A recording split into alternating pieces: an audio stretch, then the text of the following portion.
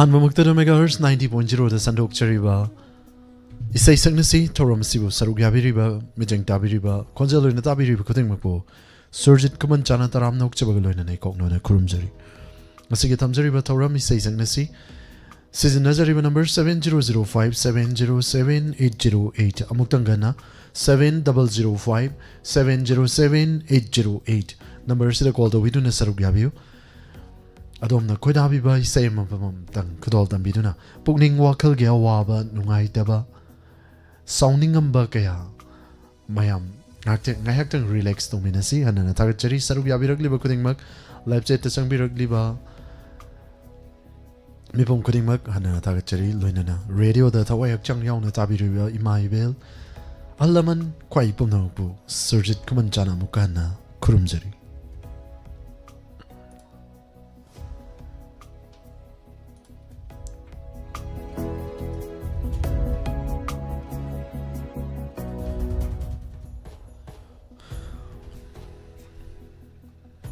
सिजिनजरीब number हांगदोकचरी ma'am call तौबियु सरुक याबियु 7005707808 मैडम सुशीला ओक्रम तराम नोकचरी मैडम पद्मदेवी थागचरी सनाथोय मोरांगते मैडम इमा कुंजेश्वरी थागचरी थौरम सिदा सरुक याबिरकपा सर रॉबिन मैते कुमुजम लाइम्यूम सुनीता मैडम इमा बिमला कोंचम थागचरी पाबुंग जयंत कुमार नचाना तराम नोकचरी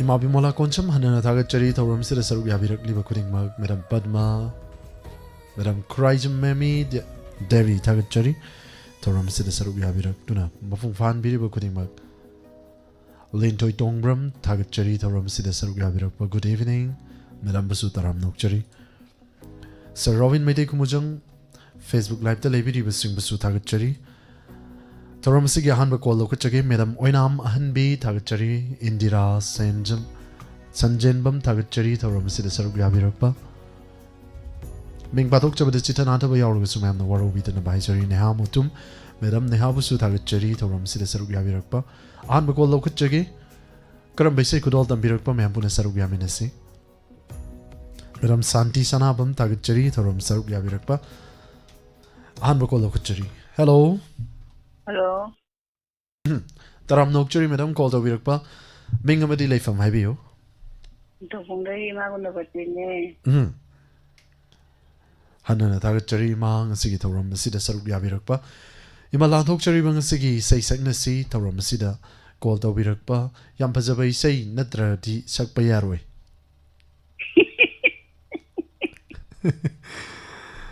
खर फजहन तारी नत्र इमा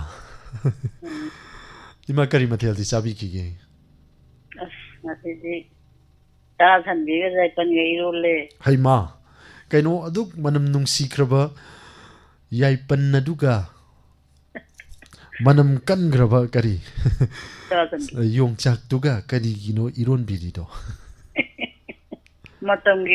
matam gi chatnabi ne ba hanna thagachari ta thanbiya go de takaya de ne manam do hat na bane he ta hai biyu ima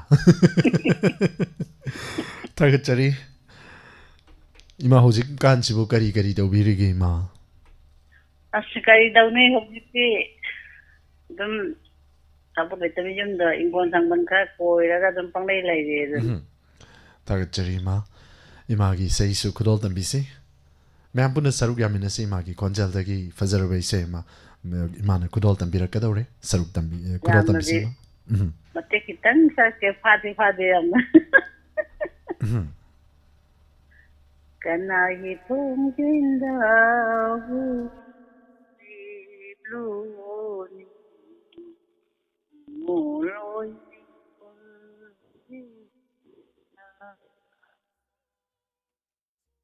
Palim pantau nunga kaza kanai mafamda oinarun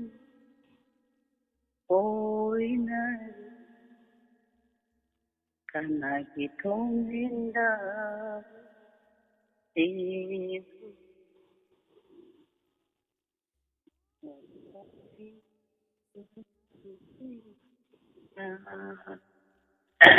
मेरे लगे बोलूँ तुमको याद है खाना के पल Thank you ima.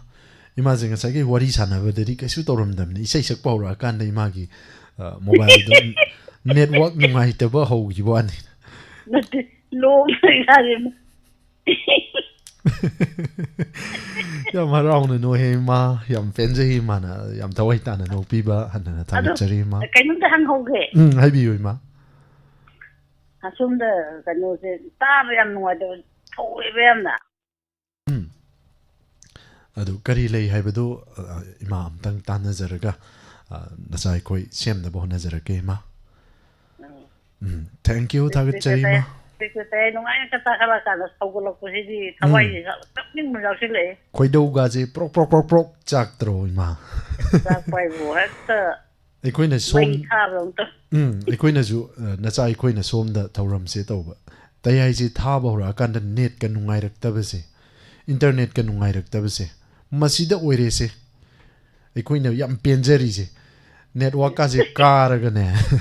Ka khat lerga thok kan nom that ning ba yaw jani ma. Anna ta ga chari thauram se da saruk ya birak pa isai fajaba masu khudol dam birami. koi thang thang ko ya ba ma pham thi koi thang thang na tin mo no si doi Ima kara wa min na tare. Antak matang se.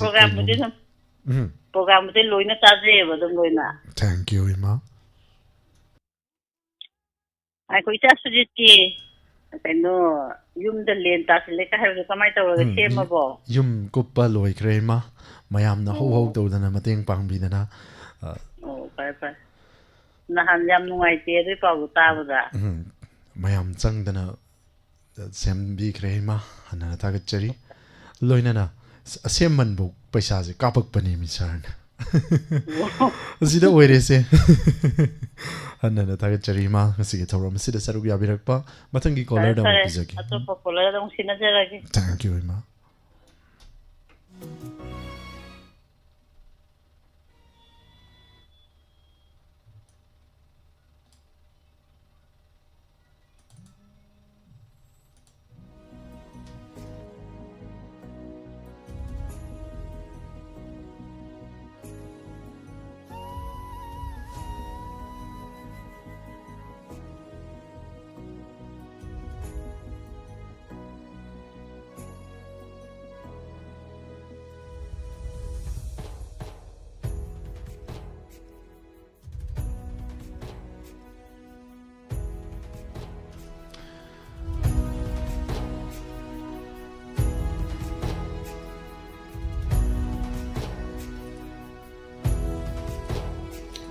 Thoram sige ani suba call lo kuchage marakta apan bakar thoki bagi damak waro biroi chap lepaga lai thoki bhai tare ko wasu hai daba lan su hai daba ani suba call lo kuchage me ambas puna saru yaminasi ma sem rosina nachana taram nokchari thoram sida saru yabirakpa sana thoi tera thagchari madam padma devi thagchari thoram saru yabirakpa madam sakhan bium nam madam padma madam robita langpok thagchari Madam Kuraija Memi, Sir Robin Medi Kumujam, Madam Pia Mangang, Hanana Tagachari, Sir Zoe Kontojam, Taram Nokchari, Toram Sidisarugia Birakpa. Kuring Mukpu Hanana Tagachari, Sir Robin Medi Kumujam, Matangi, Toram Sigi caller, Nichuba caller, Lokuchagi.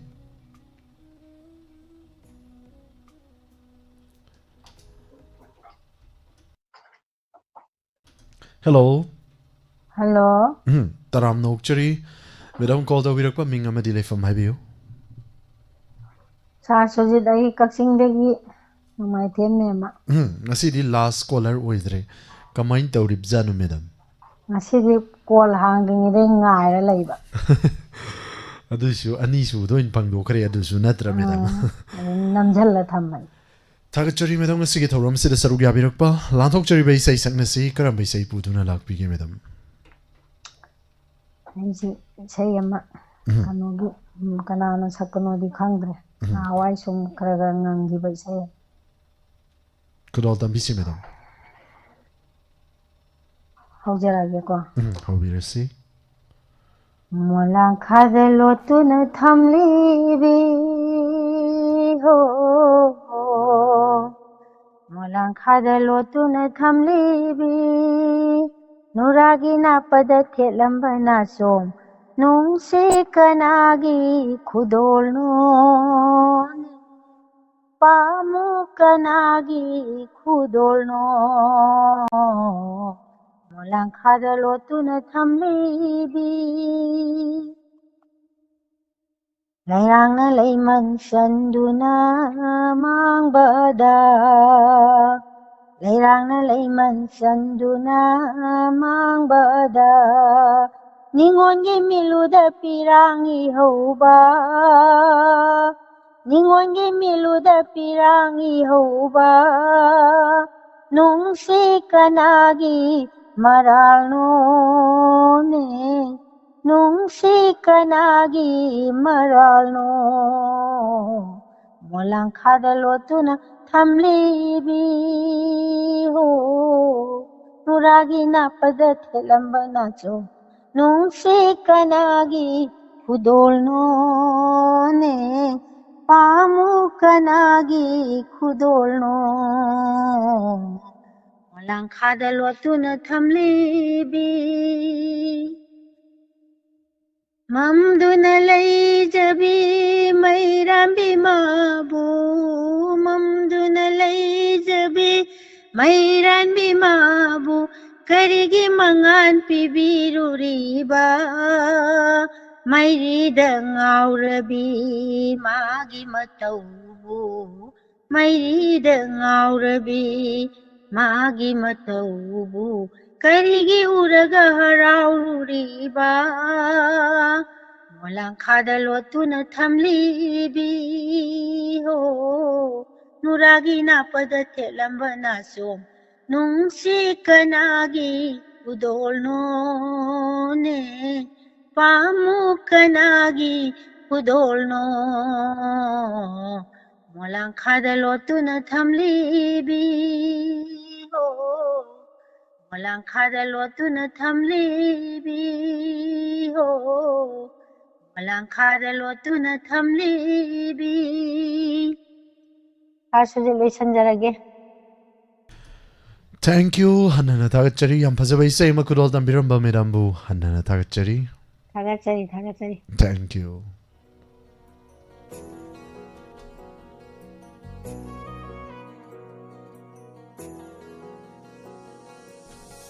Bedam taibe manamirakpam hannana tagachari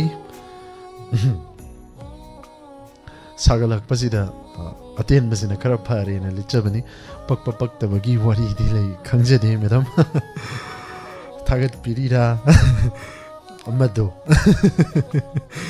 ruk phagi tawjabani sagalakpasida half sina khara comfortable oibe hele khanjaraga sabanina maram oraga aduk lichabani waro biroi aseng bagidi full shirt lit kadabani thoram tawbase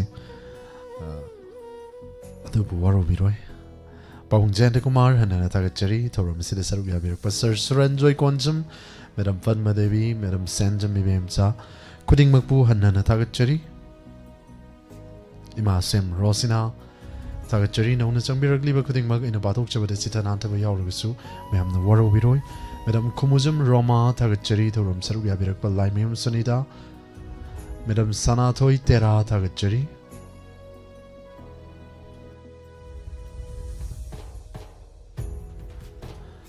Chechowi Naurem Ibem Hal Hanana Tagachari Nopwana Taram Nokchari Masigis Toramasida Saruk Yabirak Libasing Madam Kumambi Molata Tagachari Loinana Facebook Ta Lebiriba Deepak Usamta Hanana Tagachari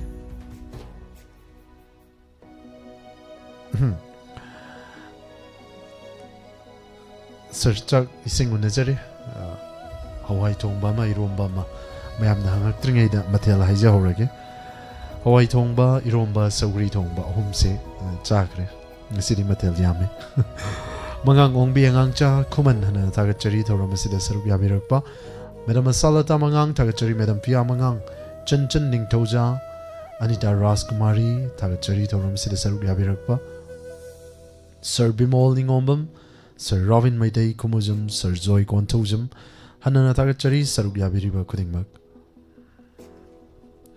Maitong yeng ba nungai ꯀꯔꯥꯏꯗꯩ ꯅꯨꯡꯉꯥꯏꯕꯅꯣ ꯑꯩꯈꯣꯏ ꯁꯛꯁꯦ ꯑꯁꯦꯡꯕꯩ ꯎꯔꯀꯥꯟꯗ ꯁꯥꯔ ꯈꯪꯅꯤ ꯑꯗꯨꯝ ꯈꯪꯈꯤꯕ ꯉꯥꯛꯇꯅꯤ ꯑꯁꯦꯡꯕ ꯎꯔꯀꯥꯟꯗ ꯃꯉꯥꯎ ꯊꯤꯕꯤ ꯑꯉꯥꯡ ꯍꯟꯅ ꯊꯥꯒꯠꯆꯔꯤ ꯀꯩꯅꯣꯝꯅꯤ ꯑꯥꯏꯗꯤꯁꯦ ꯃꯉꯥꯎ ꯊꯤꯕꯤ ꯑꯉꯥꯡ ꯒꯥꯏ ꯊꯧꯔꯝ ꯑꯁꯤꯒꯤ ꯃꯊꯪꯒꯤ ꯀꯣꯜ ꯂꯧꯈꯠꯆꯒꯦ ꯁꯔꯨꯛ ꯌꯥꯕꯤꯔꯤꯕ ꯈꯨꯗꯤꯡꯃꯛ ꯍꯟꯅ ꯊꯥꯒꯠꯆꯔꯤ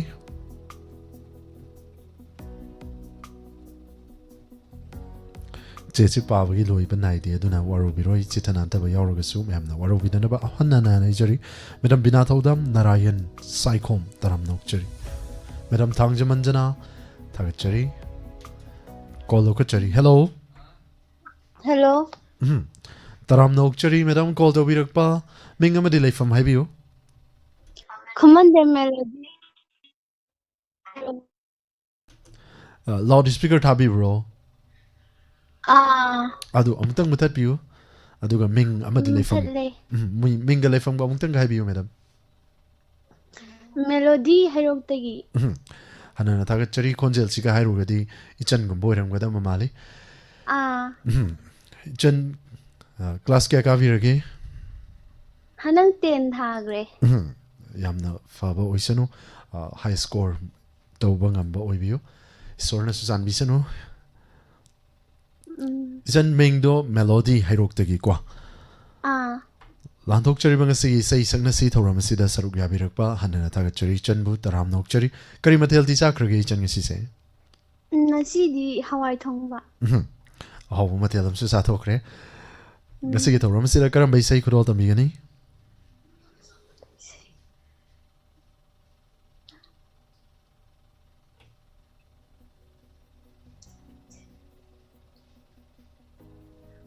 ꯍꯦꯜꯂꯣ ꯍꯜꯂꯣ ꯏꯁꯩ ꯈꯨꯗꯣꯜ ꯇꯝꯕꯤꯁꯤ ꯏꯆꯟ ꯁꯛꯄ ꯍꯧꯕ ꯌꯥꯔꯕꯣ ꯍꯧꯕꯤꯔꯁꯤ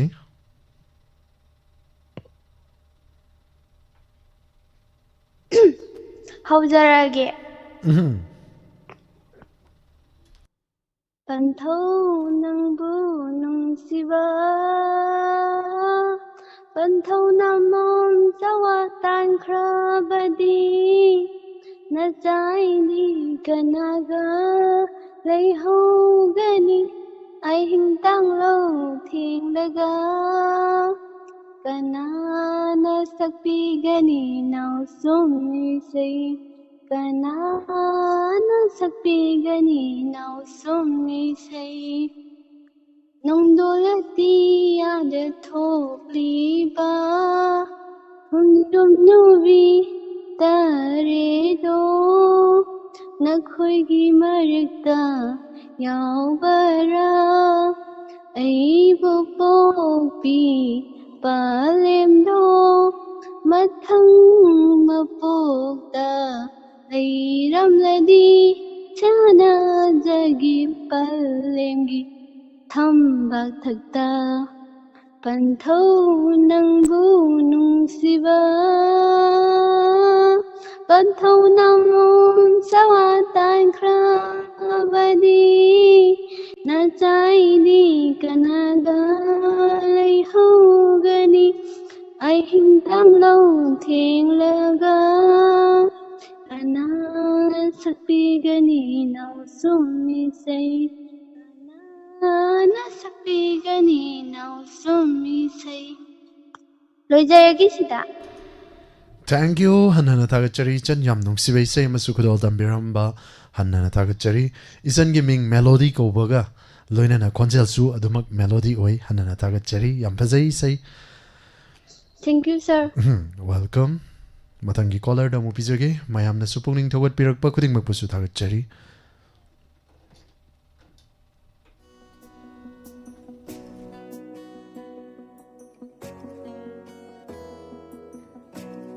ꯃꯦꯗꯥꯝ ꯍꯨꯏꯗ꯭ꯔꯣꯝ ꯅꯨꯡꯁꯤ ꯇꯔꯥꯝ ꯅꯣꯛꯆꯔꯤ ꯊꯧꯔꯝ ꯑꯁꯤꯗ ꯁꯔꯨꯛ ꯌꯥꯕꯤꯔꯛꯄ ꯁꯔ ꯔꯥꯃꯦꯟꯗ꯭ꯔꯣ ꯅꯨꯡꯁꯤꯕ ꯈꯨꯃꯟꯆꯥ ꯇꯔꯥꯝ ꯅꯣꯛꯆꯔꯤ ꯃꯦꯗꯥꯝ ꯔꯤꯇꯥ ꯍꯥꯎꯕꯤꯖꯝ ꯍꯟꯅ ꯊꯥꯒꯠꯆꯔꯤ ꯃꯦꯗꯥꯝ ꯐꯗꯃ ꯔꯣꯕꯤꯇꯥ ꯂꯥꯡꯄꯣꯛ ꯊꯥꯒꯠꯆꯔꯤ ꯃꯥꯕꯤꯃꯣꯂꯥ ꯀꯣꯟꯆꯝ ꯃꯦꯗꯥꯝ ꯐꯗꯃ ꯗꯦꯕꯤ ꯊꯥꯒꯠꯆꯔꯤ ꯃꯦꯗꯥꯝ ꯊꯥꯡꯖꯃꯟꯖꯅꯥ ꯍꯟꯅ ꯊꯥꯒꯠꯆꯔꯤ ꯃꯦꯗꯥꯝ ꯍꯨꯏꯗ꯭ꯔꯣꯝ ꯅꯨꯡꯁꯤ ꯇꯣꯝꯕꯤ ꯊꯥꯒꯠꯆꯔꯤ ꯃꯦꯗꯥꯝ ꯁꯨꯁꯤꯂꯥ ꯑꯣꯀ꯭ꯔꯝ ꯊꯥꯒꯠꯆꯔꯤ ꯊꯧꯔꯝ ꯑꯁꯤꯗ ꯁꯔꯨꯛ ꯌꯥꯕꯤꯔꯛꯄ ꯀꯨꯃꯖꯝ ꯔꯣꯃꯥ ꯁꯔꯨꯛ ꯌꯥꯕꯤꯔꯛꯂꯤꯕ ꯈꯨꯗꯤꯡꯃꯛ ꯂꯟ ꯂꯩꯕ ꯑꯉꯣꯝ ꯊꯥꯒꯠꯆꯔꯤ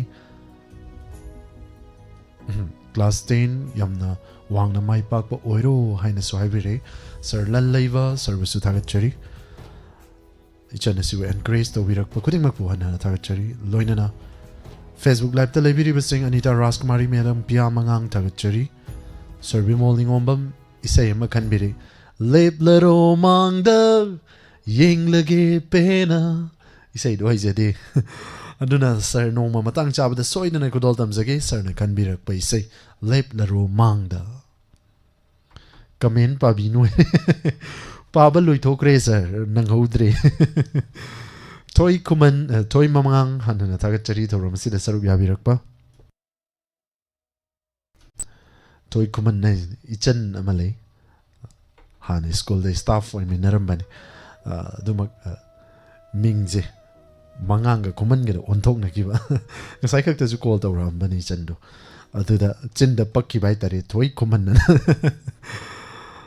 Madam Hovism Priya sir bimolning ombam Madam Pia mangang hanana thagachari Chanchan Ningthoja Anita Raskumari Asalata mangang kuding makpu hanana thagachari comment pathokre sir waru biro isai du mati am saktokre haijaba han ban matek to haijaba tare lep laro mangda Tharomasigi makha tarak pa caller lokachagi Sonika Lairinjum hanana thagachari Madam Basu Taram Nokchari Guneswari Raskumari thagachari Madam Janaki Sagol se Madam Janaki se ukidaba kuire nan kai karaida chatlu rabzano natra karaida mang rabzano bathangi call lokachari Madam Supriya Wangjum Madam Basu Taram Nokchari Hello Hello Taram Nokchari call to wirak pai ma minga madile fam haibiyo Thokam awala kan ji ma thang dile Hai ma Yam thaje di mi ma nang na call tawruk pase o number ta khobi na re to khoi kan ga Kubi do nadana ba mathang di globe ma hapase game sana ba goina kainom haibani madu uppaga sana ba du maina phone met pa da nadana ba kainom ma se maje duga nar roi mathang de di ma Ima kari mathel chabi ki ginga si se o thobi ma thone ka ngo ma ngai chap chare madu sagalak pagi mathel ni natra ima natra kana aina haijari se thajadra kana weather na sakhi hanana thagachari ma karam bai sai kudol tam bigani ma ai sunta nauren ma pa ma thakodi ma to kam jar kudol tam biyo ma awa de ko Basanta di mapau puduna leblere nungsi pongjinda hainau mapana hangga mapana nungsi sonduna ay bulak lamale Basanta di mapau puduna ay bukhabalagle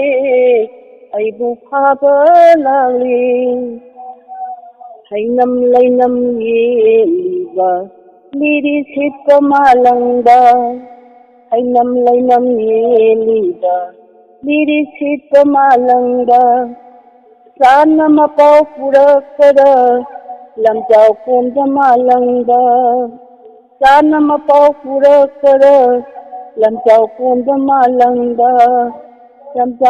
malangda Nunchi ikhau lang le Pamung sakam undana Nunchi ikhau lang le Pamung sakam undana Ningun puning tathadare Bachanta di mapau puduna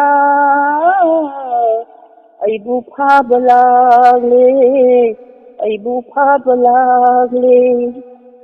Lai kon di lai rang sanabi Kari siron tauram bagi Lai kon di lai rang sanabi Kari siron tauram bagi Khwang jeng ba khun mong mana Nutsi hai se hai rambara Basanta di mapau puduna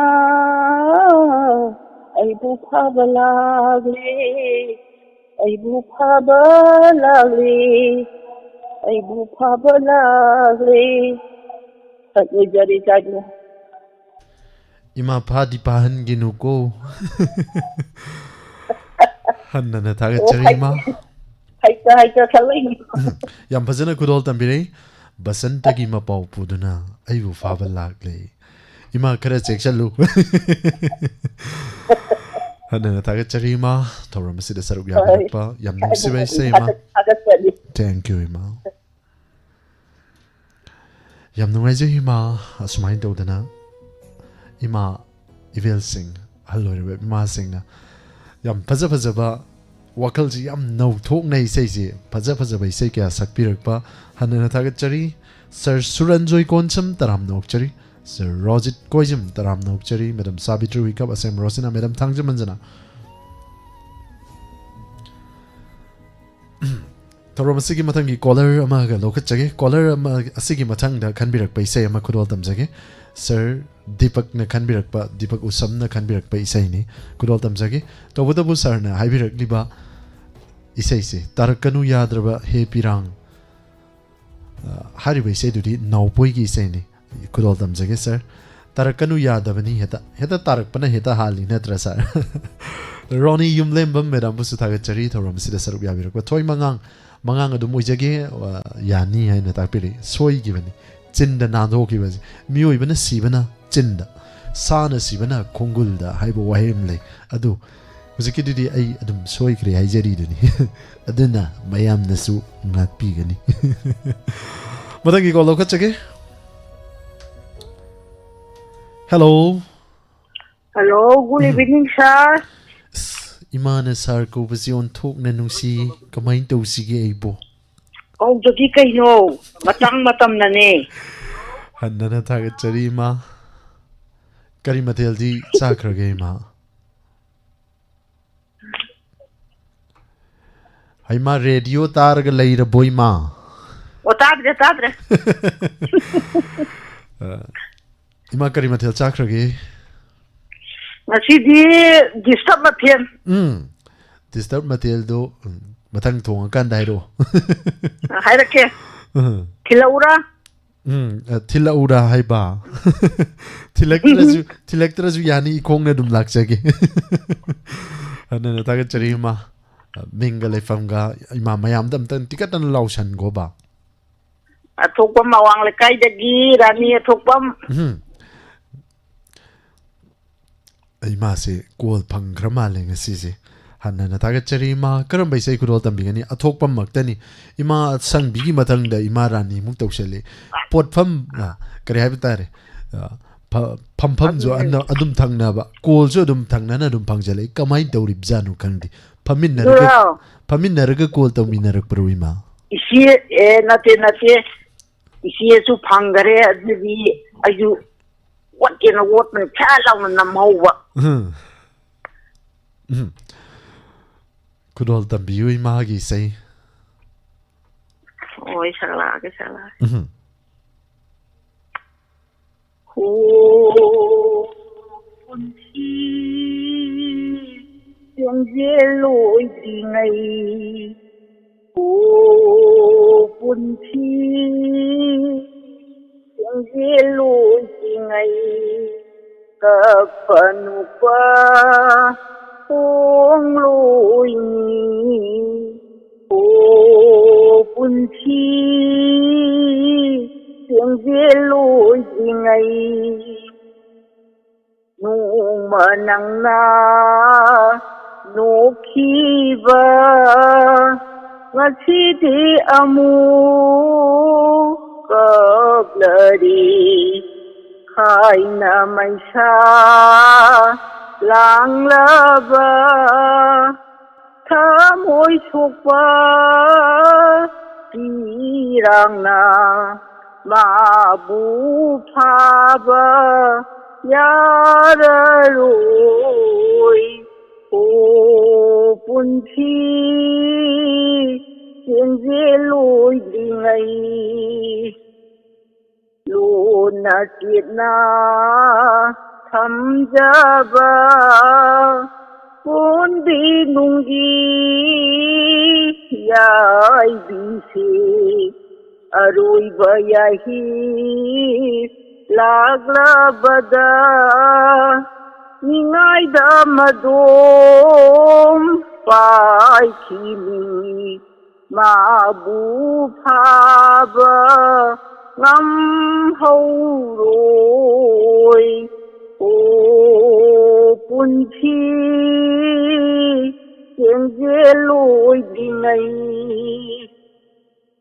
Thơ hoài kiệt la Phải khá bada Malla hak chang Ô lang thi Itagi may na Saklarani Tai bang cinta Loi darani Upul lagta Killarani O punchi Yang jeloi kingai O punchi Yang jeloi kingai Jai gung ulora Thank you hanana thagachari ma yam nungsibai se ma imana kudol dambiramba hanana thagachari Sajing buju Thank you Thank you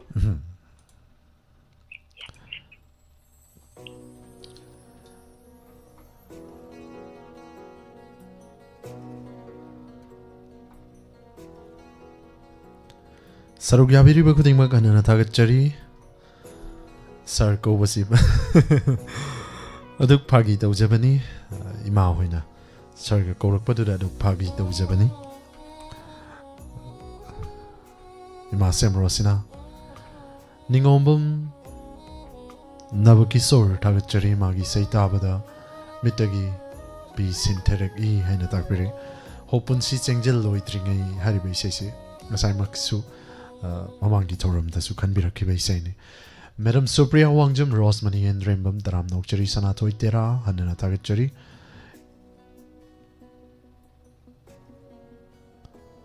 Sonika Lairinjam Tagachari Thorum Sida Saruk Yabirakba Tongam Dolain Hanana Tagachari Thorum Sida Saruk Yabirak Liba Kuding Mapu Laimium Sunita Tagachari Madam Busu Loinana Facebook Live Televidu Madam Nena Kabramam Toy Mangang Hanana Tagachari Madam Binasaki Devi Tokpam Ronnie Yumlembam Anita Raskumari Ronnie Yumlembam Hanana Tagachari Toy Mangang Tagachari Tengnan with a but Tengnadra But Kasangam Bazana Tida Adam Ki Bazani Isay Matan Kudol Tamzaki Sir Difak Usamna Kanbir Kibaiseni Matayam Kudol Tamzaki Called Obirak Liba Collar and Hacking Pibina Banolok Cherry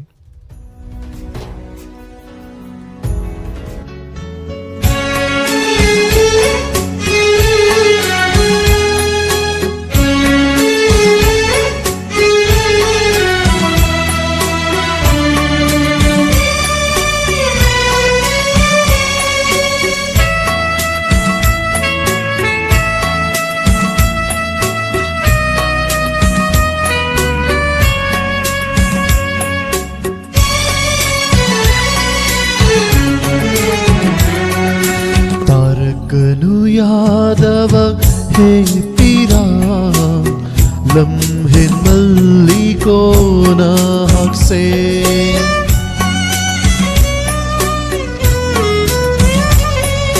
tarakanu yadava hey pira lamhin malliko na hakse kalluranu yadava hey wakal Wakhaldang suhag mali Nung sirubagi wajwa Amjarubagi kapjwa Khankre manadi Ay haku Wajwa thiva Nung siva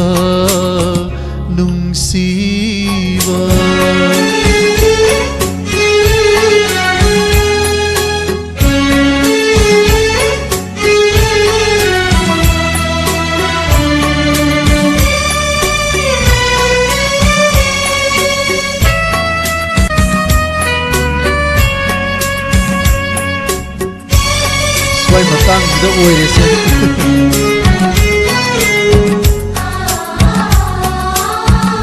ꯏꯇꯅ ꯏꯈꯤꯕ ꯃꯌꯦꯛ ꯅꯨꯡꯁꯤꯅ ꯊꯝꯖꯕ ꯁꯛꯇꯝ ꯈꯨꯗꯥꯡꯗ ꯍꯛꯈꯤꯕ ꯃꯥꯒꯤ ꯃꯃꯤꯡꯅ ꯑꯣꯏꯔꯦ ꯉꯁꯤꯗꯤ ꯌꯦꯛꯅꯕ sir ꯗꯤꯄꯛꯁꯦ ꯈꯨꯗꯥꯡꯗ ꯍꯛꯗꯧ ꯃꯥꯜꯂꯦ ꯏꯇꯅ 이키바 마에 둥시나 탐잡아 saktam Kudangda hakluwa magi mamingna Oire ngasidi eknaba Mamal yaudraba punsigu Kanbire nangna aibu Simatang di hiding nina famda Tarakanu yadava he pira Lamhen malliko na hakse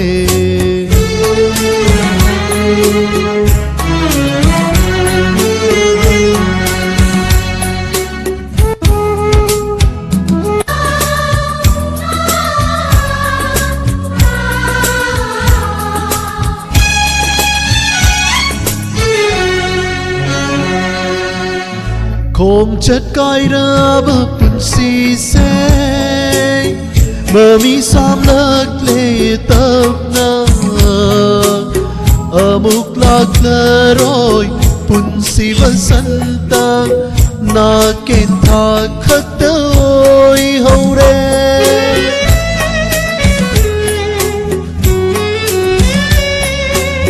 Khom chất coi ra bờ bùn xì xe Mơ mi xám lơ lệ tập na Ở mục lạc lơ rồi bùn xì vân sân ta Na kên thà khắc tơ ôi hầu rê Bom chơ na nó ghi thơ môi na In thốt đi rơ vơ su ai vu Iai phơ vơ tơ ôi sơ nu ma haki Tarakanu yadrava he pira Lamhen malliko na hakse Kalluranu yadrava he wakal Wakal nang su hakmali Nung sirubagi wajava Pamjarubagi kapjava Kan kremanadi ay haku Oy jabatiba Nung siva Thank you Hanna ta chari la dok chaki ma matam da soi kilan ki yarum lang sumyam da waro bidan pai jari Matangi call do chage thorom sida call do birak tu ngasai de ki call pai ra lai biriba caller busu hanna ta chari Isai je tarakanu hite ya de pirang je natra ningsing luba matam da thamoi de chaina faho banatana kari diu pai le hek haijin bo aduna khangnaring hai chanaring hai nongsinaring hai lapnadring hai Kudang da hakkiba magi maming dudi lengdana lehewi tawadabu thawai oirambi mahakna lapna chatkrabada karidi ming du katani lehu doriba ado haujikan di yam muthat naramni ko tetu ga di mi maming ga di hapiruno kuro damjage matangi caller hello Hello. taram nokchari madam call to birak pa ming amadi lefam hai biu Hello sir, anh cùng với tư quan của lâu đây ni ha. Hanna ta chari madam ne ha live chat su saru ya biriba madam ni madam hanna ta chari ngasi ge thoram si da saru ya birak pa kari matel ti sabi ragi madam Asi hakta ning de na chak cha de.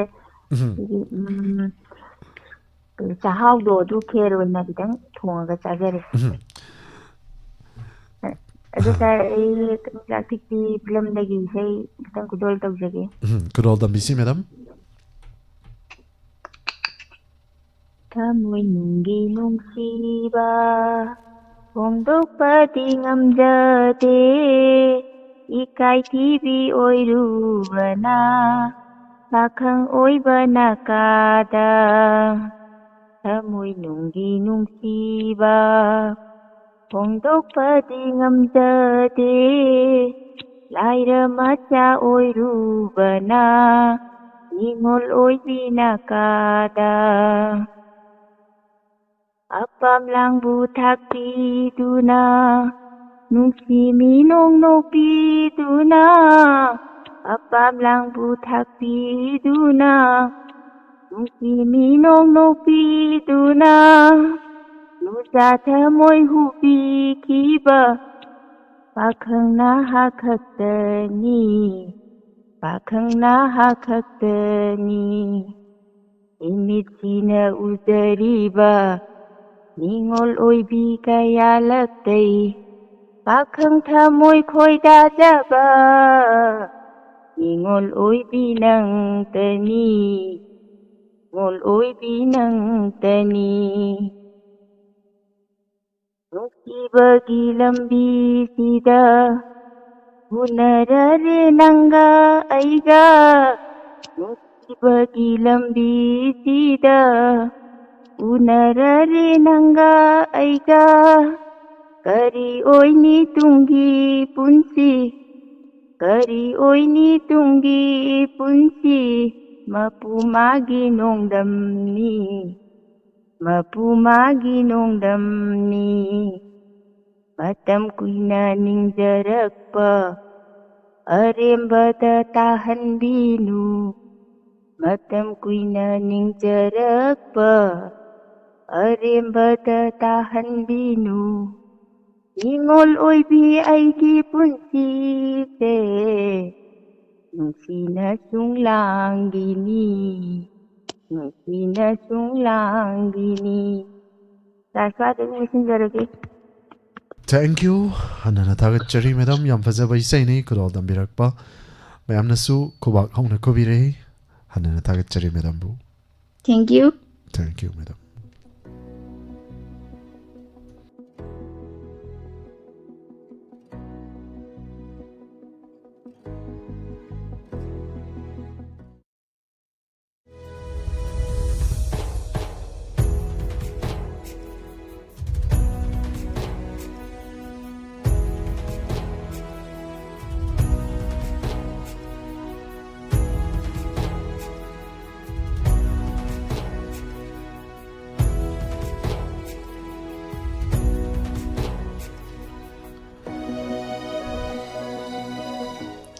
Taromasigi mathungi ko lokachagi madam Tabarakanaisa Taram Nokchari Rosemary and Rembam Hanana thagachari madam Santi Laishram madam Basu Taram Nokchari Paunjanta Kumar madam Susila Okram Hanana thagachari Sonika Lairenjum Sarugyavirak liba kuding magpo thagachari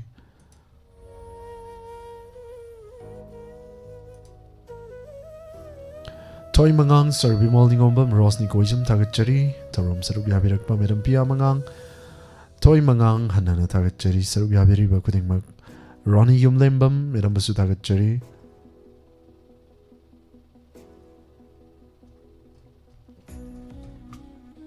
Madam Santi Bala Morang Team Hanana thagachari Madam Binasaki Devi Atokpam thagachari Tarom Sida Sarugyabirak liba kuding mag Loinana Maka Tatarakpa Collar Lokachagi Karambaisai Kudol Tambirakpa Mampuna Sarugyaminasi. Hello. Hello. Taram Nokchari sir, call the Virakpa Ming Madile from Hibio. Sarai, 70 Rangdagi, Loka from Igopani. Thank you, Sir Nasigatorum Sida called the Viraktu Nasarugya Virakpa. Lantokchari base say Nasi Nasigatorum Sida Karikudol Tambigani, sir. Sarai, say it was a Karambasi Kudol Tambigan. How be received, sir? Nangi nungsi wahi khudil mairi ole mapamna amogi iraku ꯑꯣꯏꯔꯦ ꯃꯐꯝꯗ ꯃꯤꯇꯥꯡꯂꯕ ꯑꯩꯒꯤ ꯊꯃꯣꯏ ꯈꯨꯗꯤ ꯊꯤꯔꯦ ꯑꯩꯁꯦ ꯂꯝꯕꯤꯁꯤꯗ ꯃꯤꯇꯥꯡꯂꯕ ꯑꯩꯒꯤ ꯊꯃꯣꯏ ꯈꯨꯗꯤ ꯊꯤꯔꯦ ꯑꯩꯁꯦ ꯂꯝꯕꯤꯁꯤꯗ ꯄꯨꯟꯁꯤꯒꯤ ꯆꯩꯁꯨ ꯑꯣꯏꯕꯤꯔꯝꯕꯤ ꯁꯅꯥꯒꯤ ꯃꯄꯥꯟ ꯇꯣꯛꯈꯔꯦ ꯃꯤꯇꯥꯡꯂꯕ ꯑꯩꯒꯤ ꯊꯃꯣꯏ ꯈꯨꯗꯤ ꯊꯤꯔꯦ ꯑꯩꯁꯦ ꯂꯝꯕꯤꯁꯤꯗ ꯈꯨꯗꯤ ꯊꯤꯔꯦ ꯑꯩꯁꯦ ꯂꯝꯕꯤꯁꯤꯗ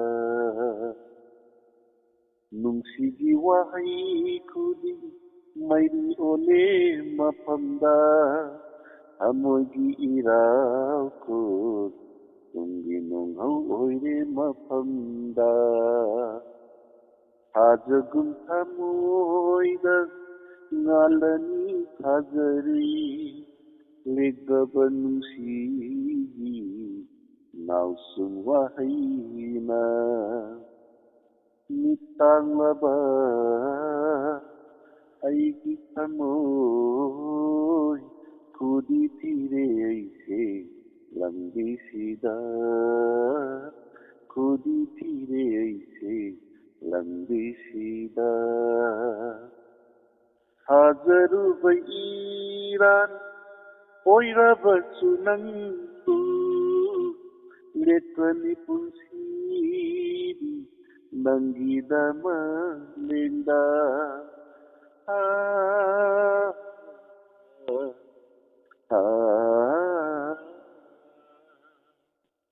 ꯊꯥꯖꯔꯨꯕ ꯏꯔꯥꯟ ꯑꯣꯏꯔꯕꯁꯨ ꯅꯪꯕꯨ ꯂꯦꯞꯀꯅꯤ ꯄꯨꯟꯁꯤꯗꯤ ꯅꯪꯒꯤꯗꯃꯛ ꯂꯦꯡꯗ ꯊꯥꯖꯔꯤ ꯅꯪꯕꯨ ꯑꯩꯅ ꯉꯥꯏꯖꯔꯤ ꯂꯥꯛꯈꯤꯅꯤ ꯈꯟꯅ ꯊꯥꯖꯔꯤ ꯅꯪꯕꯨ ꯑꯩꯅ ꯉꯥꯏꯖꯔꯤ ꯂꯥꯛꯈꯤꯅꯤ ꯈꯟꯅ ꯍꯣꯡꯈ꯭ꯔꯕꯁꯨ ꯅꯪꯅ ꯆꯠꯈ꯭ꯔꯕꯁꯨ 이나떼이 미땅라바 아이기 타모이 구디디레이테 람비시다 본치기 세수 보이람비 사나기 파파 우카리 미땅라바 아이기 타모이 구디디레이테 람비시다 구디디레이테 람비시다 나로 जरा Thank you, Thagachari sir. Yam phazana isai kudol tambirei. Mayam na sukuba hauna kuduna. Sargi isai de pungning tawat pirei. Mayam basu Thagachari. Loinana isai yam phazana kudol tambirei liba sir basu hanna Thagachari. हाँ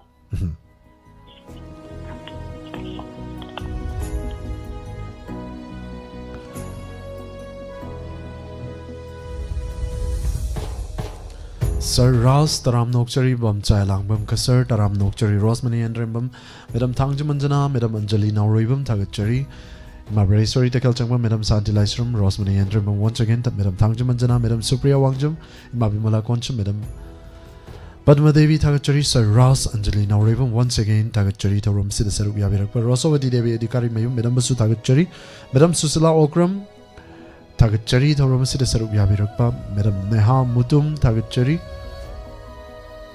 Huidrom Nungsi Tombi Tabar Ganesa, Thagachari Pawang Janda Kumar, Madam Anjali Nauroibam, Thagachari, Mabaresori, Mami Mala Koncham, Maibem Haling Tokong, Huidrom Nungsi Tombi once again Gunesori Raskumari, Thagachari, Elizabeth Moirang Tim, Thagachari, Taurumasida Sarup Yabirakpa, Madam Busu, Taram Nokchari, Lintoi Tongbram, थागतचरी इबेयाई अथोपम इमाबुसु थागतचरी Madam Supriya Wangjam, Madam Santi Laisrum, Kuring Mapu Tagachari, Patok Chabadasita Nantava Yarugasumam, the Waru Vidanabel, Nalukchari, Sobam, Omita Devi Tagachari. Ayiti Patok Pirakti, Hyperwafam, Yoruk Pasini, Queen and Wai Sedaba, Nungsitom B. Y. Com, and a Tagachari, because you Yari Makadi, Pa Zanabana, Yamkano Nazavani, Dubu, Mio Yoko Vanina, Soy Arang, Adum Yawi, Aduna, Waru Vino. Lan leiva ngom tagachari Madam Tangjam Manjana Sir Ross. Loinana Facebook Live the Levi Ribasing Basu. Hanana tagachari. Ronnie Yumlembam tagachari. Rosni Koijum. Toy Mangang. Serbi Molding Ombam. Tagachari Madam Binasaki Devi Atokpam. Hanana tagachari Sarubia Virak Libakuring Mag.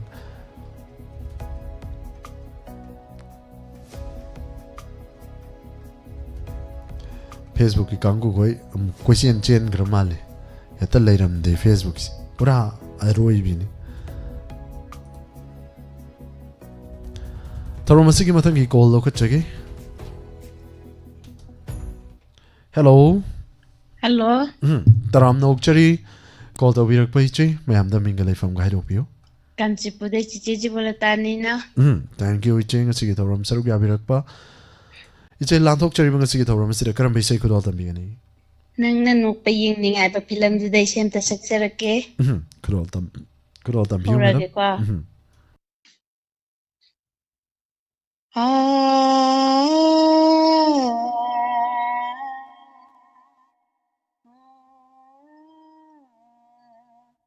नंगशु ऐसु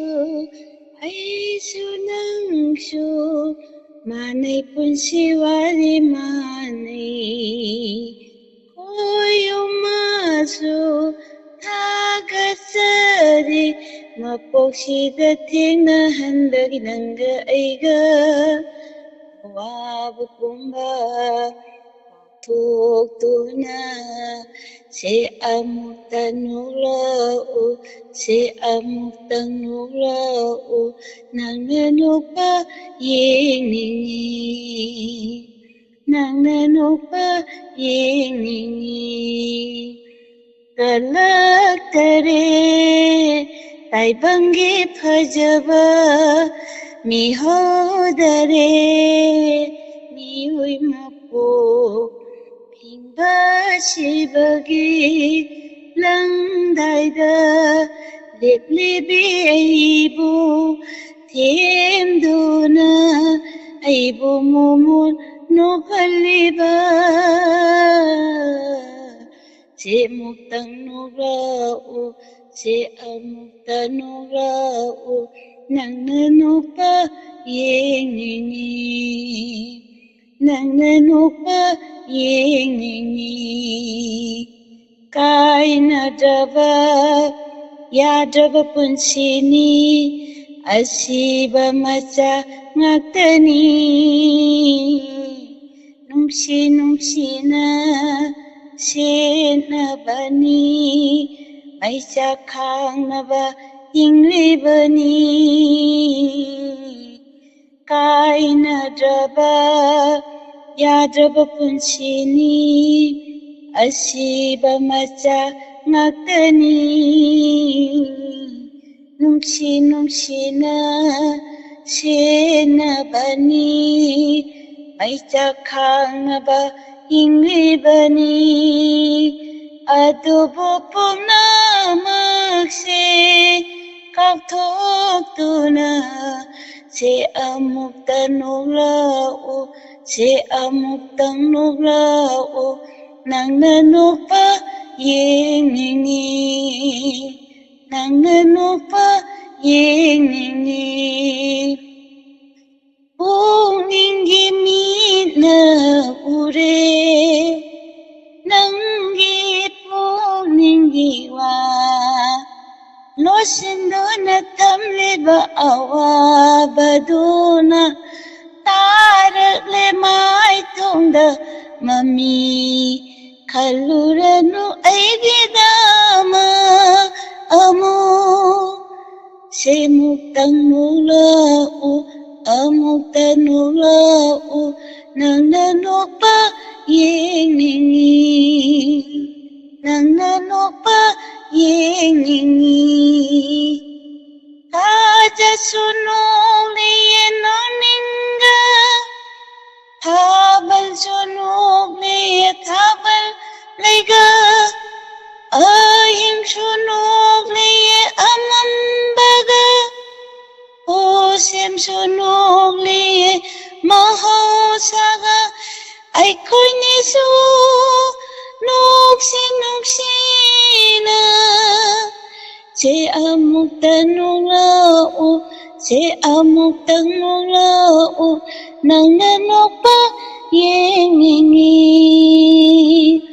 ꯅꯪꯅ ꯅꯣꯛꯄ ꯌꯦꯡꯅꯤꯡꯉꯤ ꯊꯋꯥꯏꯒ ꯍꯛꯆꯥꯡꯒ ꯁꯦꯟꯅꯔꯝꯗꯥꯏ ꯊꯦꯝꯂꯤꯕ ꯑꯍꯤꯡꯕꯅ ꯑꯁꯤꯕꯕꯨ ꯅꯨꯡꯁꯤꯕ ꯃꯥꯅ ꯂꯣꯏꯔꯝꯗꯥꯏ ꯉꯝꯂꯣꯏ ꯀꯅꯥꯅ ꯀꯟꯕ ꯊꯋꯥꯏꯒ ꯍꯛꯆꯥꯡꯒ ꯀꯥꯏꯅꯔꯝꯗꯥꯏ ꯊꯦꯝꯂꯤꯕ ꯑꯍꯤꯡꯕꯅ ꯑꯁꯤꯕꯕꯨ ꯅꯨꯡꯁꯤꯕ ꯃꯥꯅ ꯂꯣꯏꯔꯝꯗꯥꯏ ꯉꯝꯂꯣꯏ ꯀꯅꯥꯅ ꯀꯟꯕ ꯄꯨꯝꯅꯃꯛꯁꯦ ꯂꯥꯏꯕꯛꯀꯤ ꯋꯥꯔꯤꯅꯤ ꯄꯨꯝꯅꯃꯛꯁꯦ ꯂꯥꯏꯕꯛꯀꯤ ꯋꯥꯅꯤ ꯁꯦ ꯑꯃꯨꯛꯇ ꯅꯣꯛꯂꯛꯎ ꯁꯦ ꯑꯃꯨꯛꯇ ꯅꯣꯛꯂꯛꯎ ꯅꯪꯅ ꯅꯣꯛꯄ ꯌꯦꯡꯅꯤꯡꯉꯤ ꯅꯪꯅ ꯅꯣꯛꯄ ꯌꯦꯡꯅꯤꯡꯉꯤ Thank you. Now ꯂꯣꯏꯖꯔꯒꯦ. Thank you hannana thagachari yam nungsiba isaini khudol tambirakpa hannana thagachari. Thank you. Now ꯊꯥꯒꯠꯆꯔꯤ. Thank you. Madam Birolata Nongmai Team hannana thagachari thoram sida saruk yabirakpa mioiba ikhoigi thawaiga changa khainaramdai kanana su thingba ngamoi yam fazaba isaini khudol tambiramduna tahanbiramba thawaiga changa setnaramdai Temlivania hingbana asivabu punsi mana loiramdai ngamloi kanana kanba pumna makse live kiwani pumna makse live kiwani se muktan oklaku Say muktang noklaku nang na nokpa yeng ningi Ano na tagachari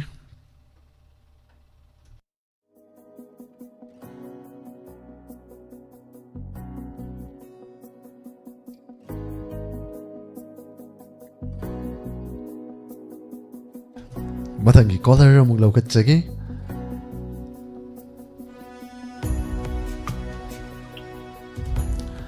Maka tatarak pa caller lo kachari hello Hello? Taram na ukchari madam call to virak pa minga madili from haibiu 공장적이 당근입니다. tagachari madam ngasi ki thoram sida sarug yabirak pa lantok chari bai sai saknasi thoram sida karam bai sai kudol tambigani 땡 땡 하우라게. kudol tambisi madam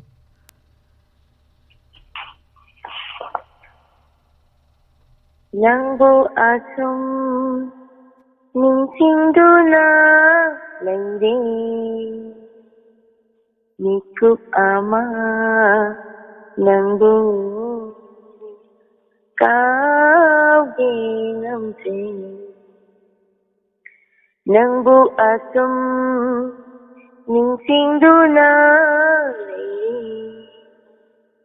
nikuk ama nangbu kau ginamse ai hindo karamna hau ki khangaude manglando asumna kai kini salude asumna asum hing batare aigi wakal ꯑꯩꯒꯤ ꯄꯨꯟꯁꯤ ꯃꯐꯝ ꯈꯪꯗꯦ ꯑꯩꯗꯤ ꯄꯨꯡ all ꯑꯣꯜꯂꯦ ꯅꯪꯕꯨ ꯑꯁꯨꯝ ꯅꯤꯡꯁꯤꯡꯗꯨꯅ ꯂꯩꯔꯤ ꯃꯤꯀꯨꯞ ꯑꯃ ꯅꯪꯕꯨ ꯀꯥꯎꯒꯦ ꯉꯝꯗ꯭ꯔꯦ ꯈꯥꯡꯂꯒꯦ ꯅꯤꯡꯂꯤ ꯑꯋꯥꯕꯁꯦ ꯈꯥꯡꯕꯒꯤ ꯄꯥꯡꯒꯜ ꯂꯣꯏꯈ꯭ꯔ ꯃꯥꯜꯂꯦ ꯁꯤꯗ ꯂꯣꯏꯁꯤꯜꯂꯒꯦꯗ ꯈꯜꯂꯦ ꯌꯥꯝ ꯇꯝꯃꯦ Thank you isay makha tarak to boy ning dana somda nang haude hanana thagat chari call chu kak kramale berambo hanana thagat chari yam nung sibai isay makudol tambiramba hanana thagat chari bathangi thoram sigi caller mug lokat chage live set saruk yabiri ba tong anto anwa platform sing de libiri bising hanana thagat chari caller mug lokat chage karam bai isay kudol tambirak ba saruk yamina sei hello hello taram nok chari ming amadi leifam haibiyo kaise thawal khunau de ki bichel kawe thank you sir ngasigi thoram sida saruk yabirak pa lanthok chari ba sei sakna sei 90.0 wahong radio na sandok chari ba thoram sida sir gi hoiba karam bai sei puduna lakpi gi sir amam so aman mani hari bai sei ko adon tang suksa ge sa kudol dam bisi sir hogera age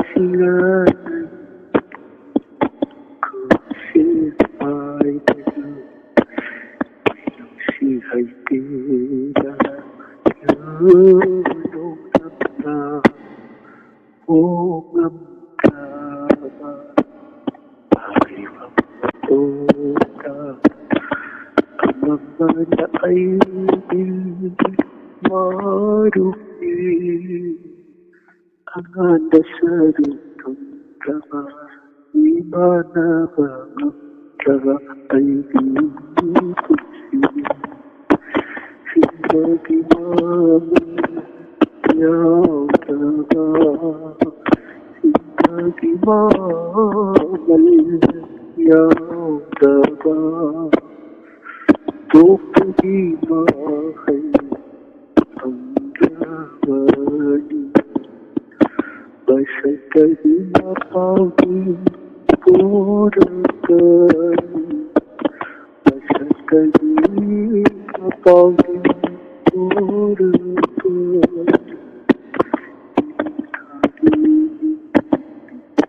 Ayudati hero Yudhari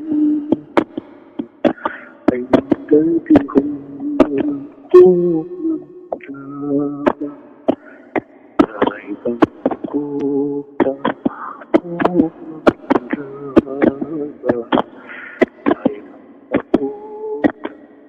Abakna aigi Maru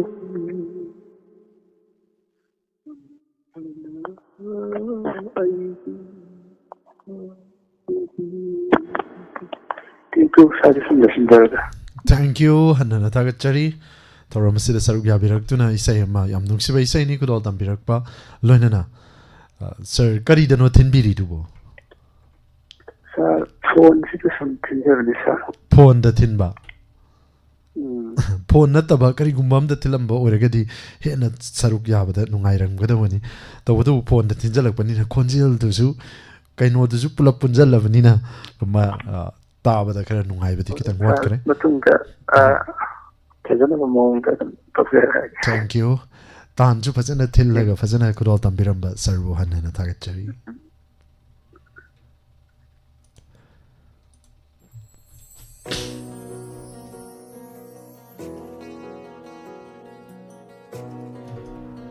hanana thagachari saruk yabirakliba khudingmakpu mano namairakpam taram naukchari asigi thauram asida saruk yabirakliba khudingmakpu hanana thagachari phone da nattaba atopa amada thinboramagadi tandu fazana taraga khonjel dusu fazana chatlaga yam nungaina tagadaba iseni tawdu phone du dum thinjallabanina kitang mahik chengba kitang wat kibagini hanana thagachari thauram asida saruk yabirak pasing thauram asigi aroiba call lo khachage loinana loisilakpada khara lang baise amamu kudol tamjage last caller lo khachage kanano imine simyam hello Hello, sir. taram no chari madam call to virak pa minga madile fa mai biyo I wabagai kada jito jina marpam you know. hanana thagachari madam mano na mai rakpam live set su saruk yabiri ba madam hanana thagachari call to virak pa loinana lanthok chari bang sigi sei sang si karam bai sei ko dal tambigani madam I je hausa am da je hausa rai ya don not na nai ta chakla agi. not oina yai ko dal tambisi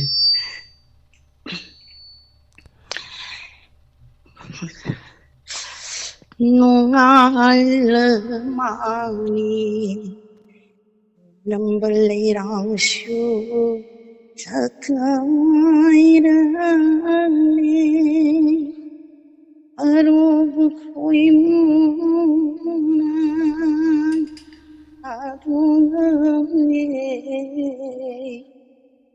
mantanna ainarale Unisanavi Alamani Malambaliri Umlale Jumunai Takshu Orali Ibutadi aupina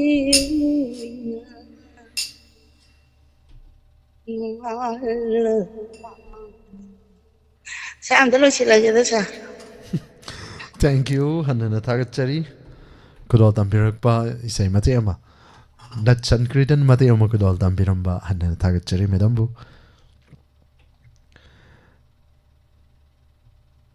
Toromasi tension Janavaki Tanja Mam the Gilojegi Hananataga Cherry Live Zeta Libiriba Conjelo in a Tabiriba Kudding Makbo Hananataga Cherry.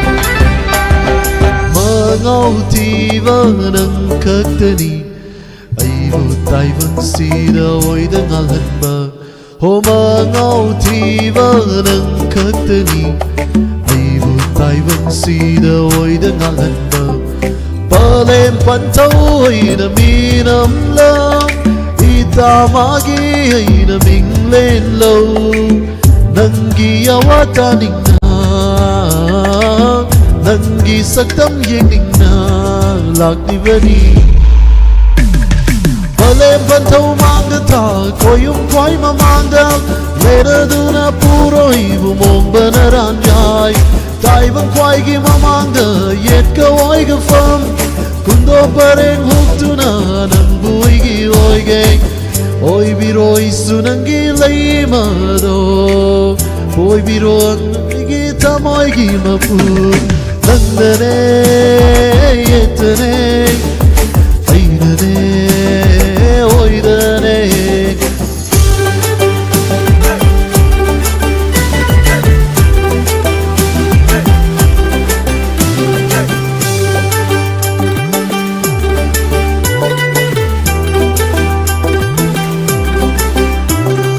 Nong mamagi kongchat Nang na hau nang na loy Nung sige mitam Layram davana Nang na aibu Ching na vara Nung si hai balay Nung si kong thang nui Wahay na nang bu Pelhan ba na te Umabog daruta Nang na fangda dava Nung siva Umabog daruta Ay na fangda dava Nung siva Hantag mapog Nung siwa ꯅꯨꯡꯁꯤꯋꯥꯏ ꯊꯨꯡꯅꯔꯤꯉꯩ ꯄꯤꯔꯒꯦ ꯑꯩꯅ ꯅꯨꯡꯁꯤꯕ ꯄꯨꯝꯕ ꯍꯟꯇꯛ ꯃꯄꯣꯛ ꯅꯨꯡꯁꯤꯋꯥꯏ ꯊꯨꯡꯅꯔꯤꯉꯩ ꯄꯤꯔꯣꯅꯦ ꯅꯪꯅ ꯅꯨꯡꯁꯤꯕ ꯄꯨꯝꯕ ꯑꯣ ꯑꯩꯒꯤ ꯈꯨꯠꯇꯪ ꯑꯩꯅ ꯄꯥꯏ ꯑꯩꯒꯤ ꯈꯨꯠꯇꯪ ꯃꯥꯅ ꯄꯥꯏ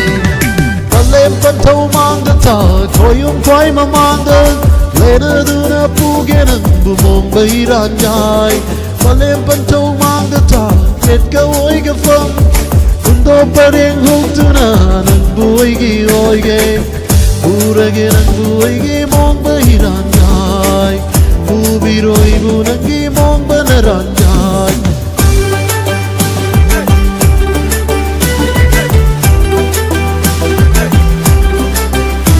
ꯑꯁꯤꯗꯩꯗꯤ ꯑꯩꯁꯨ ꯋꯥ ꯍꯦꯛ ꯁꯪꯒꯅꯤꯍꯦ ꯐꯠꯆꯩꯍꯦ ꯆꯥꯅꯩꯍꯦ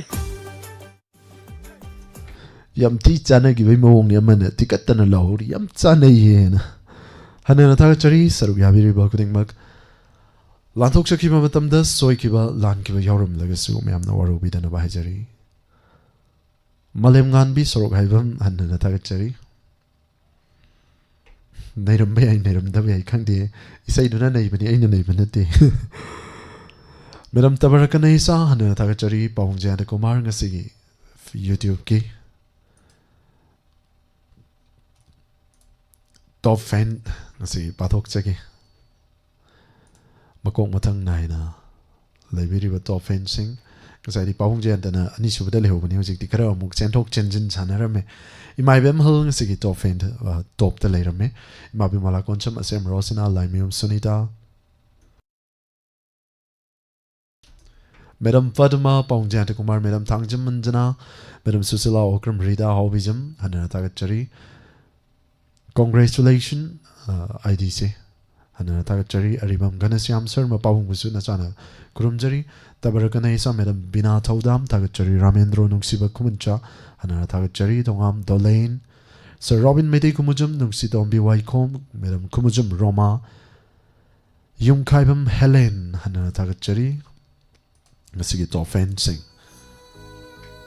Sonika Lairinjum Tagachari Madam Santi Laisram Chechovi Naure Milram Hul Bamsa Elangwam Kasar Kumam Bimolata Rosovadi Devi Adikari Mayum Ima Iveyai Atokpam Meno Namai Rakpam Kontrasu Bada Ima Bresori Tekal Changbam Ravita Langpok Anjali Nauroibam Hanana Tagachari Rojit Koijum Sanatoi Tera Batang Manau Naina Maka Sitna Laikre Tabudabu Loina Patok Chabagi Kudong Sabati Laser Davana Madam Wiraga Mamna Suwaro Viroi Sarugabiri Bakuding Mak Madam Tangjamanjana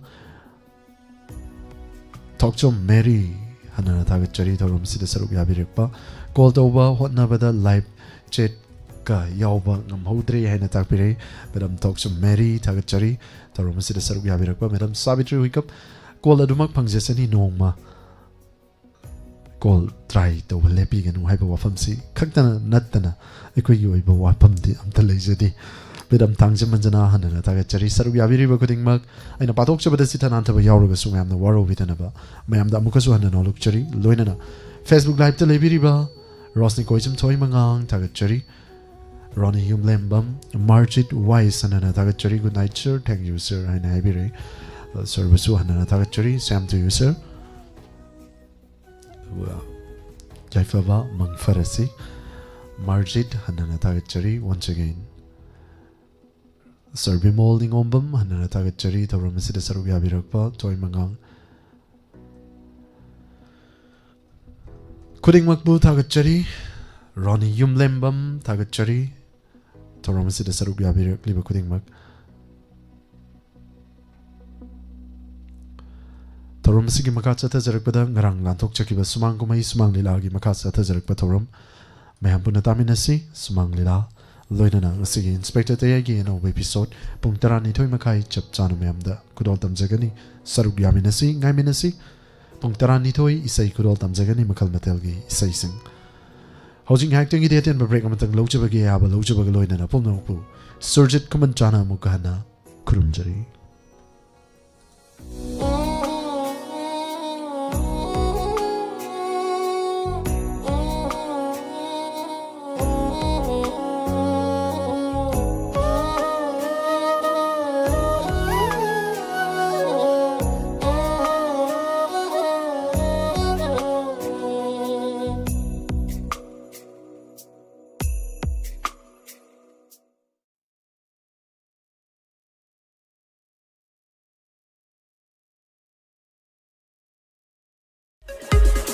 Nungairaba Paugzel, New Era Higher Secondary School, Thobal Wangmatabada Leiba School Asina. High School Living Certificate Examination 2025-26 Thariba Mahiroi Punamakta Yaifa Paugzel Pizari. Loinan School Asina, Haukiba Chahi Kiada, Class 11 Science Ki, Special Free Foundation Course Pangthuk Kibagum. Handak Sahi Ki Sulak Liba April Ki Tang Ama English Singani Kunga Taruktagi Hauzaragani. Form Issue Tauzariba March Ki Tang Taragataret English Singani Kunga Taruk Loinana. Last date of form submission March ki tang kuntraga mathoi English singani kungatharu. School asi danikti jana train tauraba physics, chemistry, mathematics, biology, English, computer science na singba ayuk na subject ahum, nungtil na subject ahum, nungti ga ayuk ke pung manga dagi class haujagan. Arapam bafam da leiba mahiroi singna free coaching class asi bu yawbining labadi free the boarding da leiba ki khudong sabasu school asi na pijari. School asi na haubada gi lepa leitana kosem na loba higher secondary examination singda 4, 5, 12, 13, 14, 15, 17 amadi 18, 20 high rank sing asi da putokpa ngamjakre. Free coaching class asibu yawbining mu mahiroi singna 9612915991 loinena 7085247055 amadi 70053263132 high number sing asida call tobiu natraga adom school award lengbirak akupa marol khangbiba yagan paugdenjari ba New Era Higher Secondary School Thobal Wangmataba.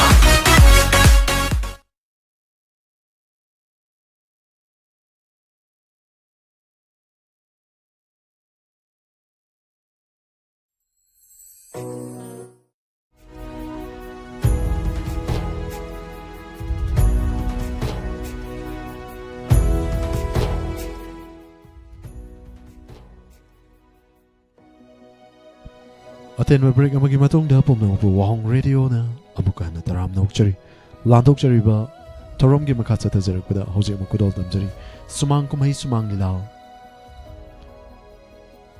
pamel dugi ukhada sana laibak nasum artist association gi lila kamuna sana jaba lila sigi makha ta tharak ba aroi ba saruk mam da kudol damjari taminase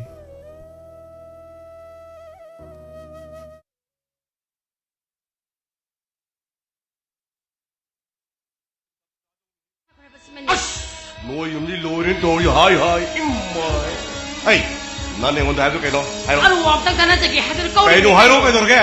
Noi ka chage mantra do sanadre.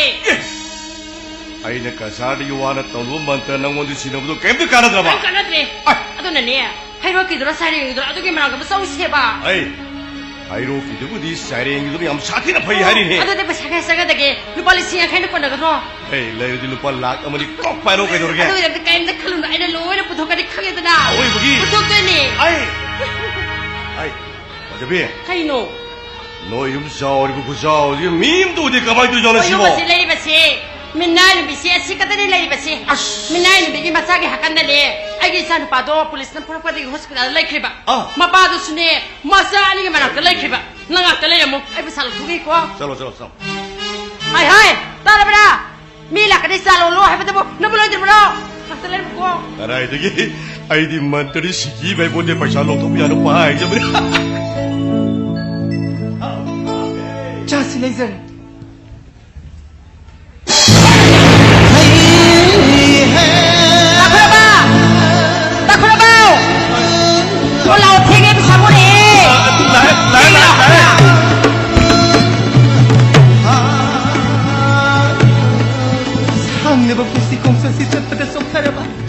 Mai chagi puisina pamesigi ukhada urum laungduna pothaza basida kadom dagi nongai no mai kai khangdra hum dapliba Naram chaki hairobani lamhang sa aing sa na khori do me khair gi laksim yamani adumo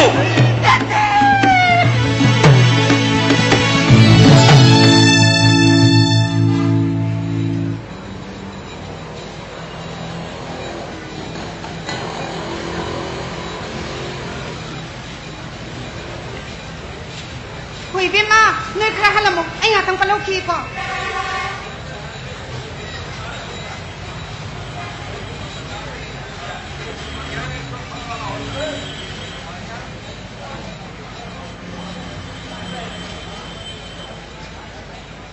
Hello Dana kai lagi Ai university ke na kan dale ai to drop taw la as ma phama silai sa yam haina de ba Oh ꯐꯩ ꯐꯩ ꯑꯗꯨꯗꯤ ꯑꯩ auto ꯑꯃ ꯐꯥꯔꯒ ꯆꯠꯈꯣꯔꯥ auto ꯑꯃ ꯐꯥꯔꯒ ꯆꯠꯈꯣꯔꯥꯕ ꯐꯩꯕ ꯅꯪ ꯈꯪꯅꯤꯕ ꯆꯠꯈ꯭ꯔꯒꯦꯕ ꯅꯪ ꯆꯠꯀꯗꯕꯅꯤ ꯁꯟꯗꯣꯝꯕꯤ ꯅꯤꯡꯉꯣꯜ ꯍꯥꯏꯕꯁꯤꯗꯤ ꯅꯨꯄꯤ ꯍꯥꯏꯕꯁꯤꯗꯤ ꯅꯣꯡꯃ ꯅꯠꯇ꯭ꯔꯒ ꯅꯣꯡꯃ ꯃꯥꯒꯤ ꯑꯁꯦꯡꯕ ꯌꯨꯝ ꯑꯗꯨ ꯊꯥꯗꯣꯛꯑꯒ ꯕꯣꯔ ꯑꯣꯏꯒꯗꯕ ꯅꯨꯄꯥ ꯃꯌꯨꯝꯗ ꯁꯣꯏꯗꯅ ꯆꯠꯀꯗꯕꯅꯤ ꯅꯪꯒꯤ ꯋꯥꯈꯜꯒ ꯑꯩꯒꯤ ꯋꯥꯈꯜꯒ ꯃꯥꯟꯅꯩꯌꯦ ꯍꯩ ꯅꯪꯁꯦ ꯑꯍꯥꯟꯕ ꯎꯈꯤꯕ ꯃꯤꯀꯨꯞ ꯑꯗꯨꯗ ꯑꯩꯒꯤ ꯋꯥꯈꯜ ꯑꯁꯤ ꯀꯔꯤꯅꯣ ꯅꯠꯇꯦ ꯅꯪ ꯂꯥꯟꯅꯗꯤ ꯈꯟꯒꯅꯨ ꯂꯩꯁꯥꯕꯤ ꯄꯥꯈꯪꯒꯤ ꯋꯥ ꯉꯥꯛ ꯅꯠꯇꯅ ꯅꯪꯁꯦ ꯑꯗꯨꯝ ꯌꯦꯡꯅꯤꯡꯕ ꯎꯅꯤꯡꯕ ꯊꯤꯅꯤꯡꯕ ꯍꯥꯏꯇꯥꯔꯦ ꯍꯩ ꯅꯪꯒꯤ ꯅꯕꯨꯡꯅꯦ ꯈꯪꯕꯗꯩꯀꯣ ꯑꯩꯒꯤ ꯈꯨꯠ ꯑꯁꯤꯅꯅꯦ ꯈꯨꯄꯥꯛꯅ ꯁꯦꯠ ꯂꯥꯎꯅ ꯕꯣꯛ ꯊꯥꯈꯤꯗꯕꯅꯦ ꯍꯩ ꯁꯟꯗꯣꯝꯕꯤ ꯅꯪꯒꯤ ꯅꯃꯤꯡ ꯑꯃꯁꯨꯡ ꯅꯁꯛ ꯅꯠꯇꯅ ꯅꯪꯒꯤ ꯌꯨꯝꯁꯦ ꯈꯪꯗ꯭ꯔꯤ ꯑꯩ ꯅꯪꯒꯤ ꯌꯨꯝꯗꯣ ꯅꯣꯡꯃ ꯁꯣꯏꯗꯅ ꯈꯪꯒꯦꯀꯣ ꯁꯟꯗꯣꯝꯕꯤ ꯅꯪꯁꯦ ꯅꯣꯡꯃ ꯅꯣꯡꯃꯒꯤ ꯁꯨꯝ ꯅꯨꯡꯁꯤꯔꯛꯄ ꯍꯥꯏꯇꯥꯔꯦ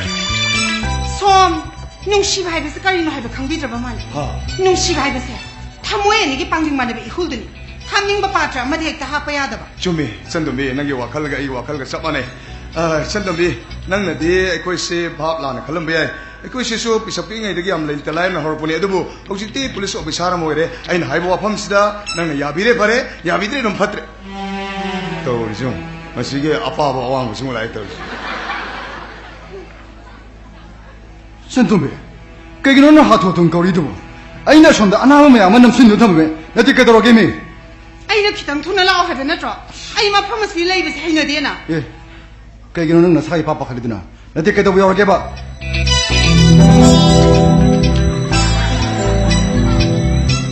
ꯑꯣ ꯂꯩꯕꯥꯛ ꯑꯁꯤꯒꯤ ꯂꯝꯗꯝ ꯑꯁꯤꯒꯤ ꯂꯣꯏꯅ ꯑꯣꯔꯗꯔ ꯉꯥꯛꯂꯤꯕ ꯄꯨꯂꯤꯁ ꯑꯣꯐꯤꯁꯥꯔ ꯑꯃꯅ ꯏꯁꯥꯒꯤ ꯑꯆꯦꯝꯕ ꯗ꯭ꯌꯨꯇꯤ ꯀꯌꯥ ꯍꯨꯟꯗꯣꯛꯂꯝꯂꯒ ꯁ꯭ꯀꯨꯜ ꯕꯦꯜ ꯑꯣꯏꯒꯦ ꯊꯧꯔꯥꯡꯕꯤꯔꯝꯂꯤ ꯉꯥꯡꯊꯣꯛ ꯁꯛꯇꯣꯔꯛꯄꯗ ꯇꯨꯝꯄꯛ ꯇꯥꯕꯕꯨ ꯌꯥꯝ ꯅꯨꯡꯉꯥꯏꯔꯤꯅꯦ ꯑꯣ ꯗꯣꯛꯇꯔ ꯑꯃ ꯑꯣꯏꯅ operation tawgadaba patient adu hospital gi ka khu ma da namsil lamaga madusu koloprom thajal lamaga chhatra pick up tawba lakri ni ne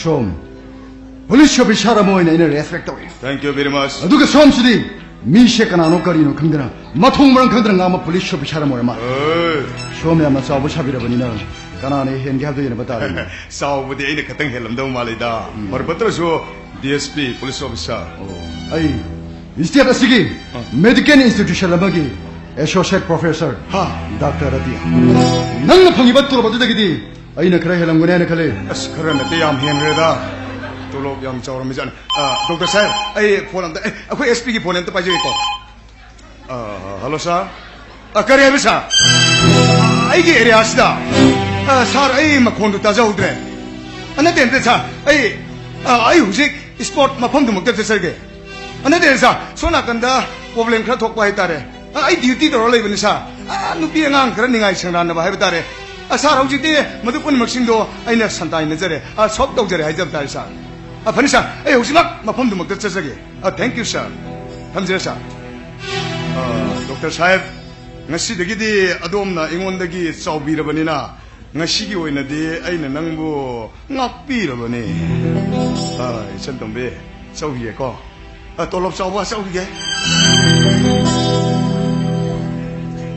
mashiguma mishu kamana police no khangde ma thom rang khangde ba aine khoidau thogala pa som hengala ka doine ba kaigino na mukhdau sogolidna ha aina soranda ma thame amna kokse pubang nagale ati karigino me nang nam kai ma tha sari ba oi khoi pamuda manipuri phang mai banidna adu ka dawra ma na haiki wase sumdani wali taba adu ka dawra hai ba o ngasi numit ai se nupi bu sakadamni nadri sumang la tanai bale haina kai no hai swa seng bai ro ye a seng bele kai ni oi nan jo awale kai gi nu pa mai bungo nang da sayam bang de siksalu thawai wa de bom jo shi ni adu ni kamai tau dei ba adu da ni na ma tha sari je kamai tau dei si nang won da hore yambung lei imani yaro ipani yaro indro kani ne hoi kai na kari no ai ji bunga shi yu shi bu da mata ra bani to shi ta ji ato ban bu shi ma ta koi na hu de bai ji kamai tau ni to shi isan tambe hai hai ge ati nang gi na ma na bi ga lei bro kai no mana ngo nang na mana bi kai dai si ba ati masak thireju nga sino makak tagi ni minang mo kai no mana ngang myang si as adu sa pening wa khang ye ba ai ji nga sin nam da shira dam nei je has kamai dai dai si dia ai bu kai nga she ri to bi shi ba hash akoi hosta da nurse bi gita mana no mai wanda hai khiba da bo da ai dinu shi ne ba du pam ta leite da na ha pon da na tum ya ni na hai khibam diri bani kai no mana ngang ai shi ba de ai ma ro ki ga ai khoi bane da da ha kai no noi pa bung ne de ai di ya ro hai bra ba kai do ba ya ro de no ꯅꯪꯅ ꯃꯔꯨꯅꯤ ꯆꯠꯁꯤꯜꯂꯛꯑꯣ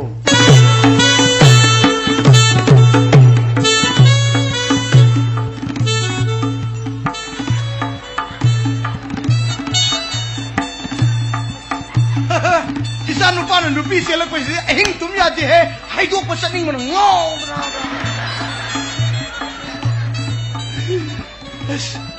इमुंग नुपीना highway जगह दी योरेने कनाम ता होरम बतो को आई थंदनी को लाइसे मरम दे जे हाइदोक बतो थेगन निंगबा मी होरिंगा दा सुमे उसदा होरे सुमे ने सिले एमा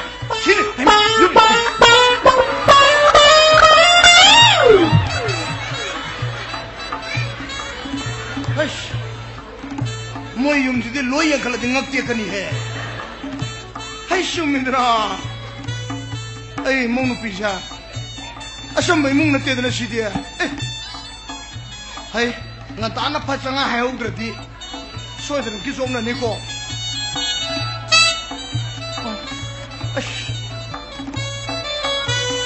करम मथोन दे लेरम जरा वांग है दको युम जिमो व्यवहार नानथोखरेनी इमुंग नुपीना हाइजबदि बाजी अखोय इमुंग जे सनागी इमुंगनी व्यवहार का लोइना न संबिउ को न हाइजरपनेबा आई व्यवहार काउरिनेबा इना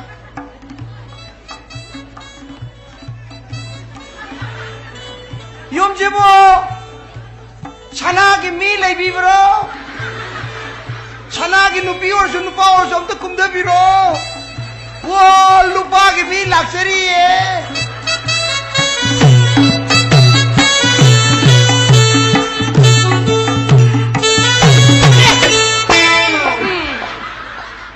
फारे दना मा खोय खोय ना थबम तक चटके ना थलप पसिदि हुरा फारे बा मा खोय खो नंग आमा से तानरगा युम मसे कई लाइक हम दरे बनो ए मोन द करी हप्तरी बनो चूरी में खातो खोर करी हम दरे बनो सेन है को आइना है बिया दगा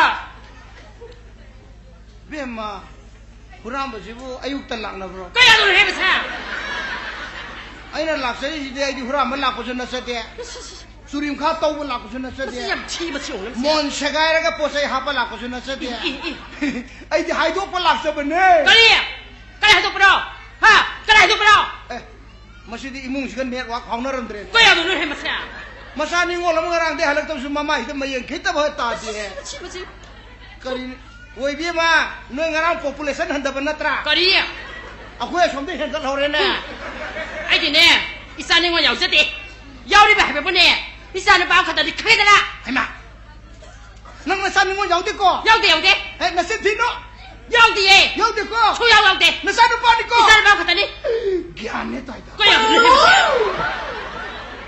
सही नुपी सी मसा नुपी ओरम दे हाइदोक त सुदम चखि यारी खुशी ए नुआइ ने अदो अखोय साइ पुसला कनो अखोय दर का ओदे हाइदोक पतार बसने मखोगी मपा मपु मनाक चलगा ने हादो चला मपा मपु को धोबिनो से लेते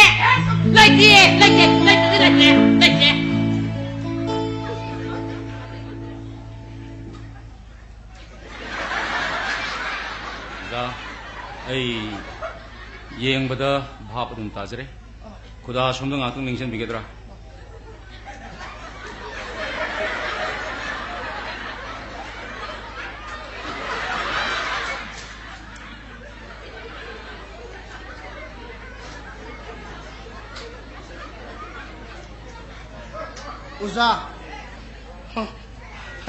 ओजा की सा निंगोन तो ngarang halaktra ban natro ai gita hala hore मसे मत भक्ति के कोरन हाइज के ने लक्ष्मी में ओजा अपराध खिबि ngakpi को ai इंदा फोरम लेके मंताली बिरक्तना पाव मतंग हनबिरबसी अigi थमोइदा अतमक नुंगाइबा फाउजी सिदा हाइबि न बाइना खोइदा हिंग तुमजद्रि मिदो अदबु लेंबिरामिना करिगुंबा हंगसेगे तापियो हुजिकी नुपा मसा सिबु हेक पोपीबा मपाइबुं ओइबिरबरा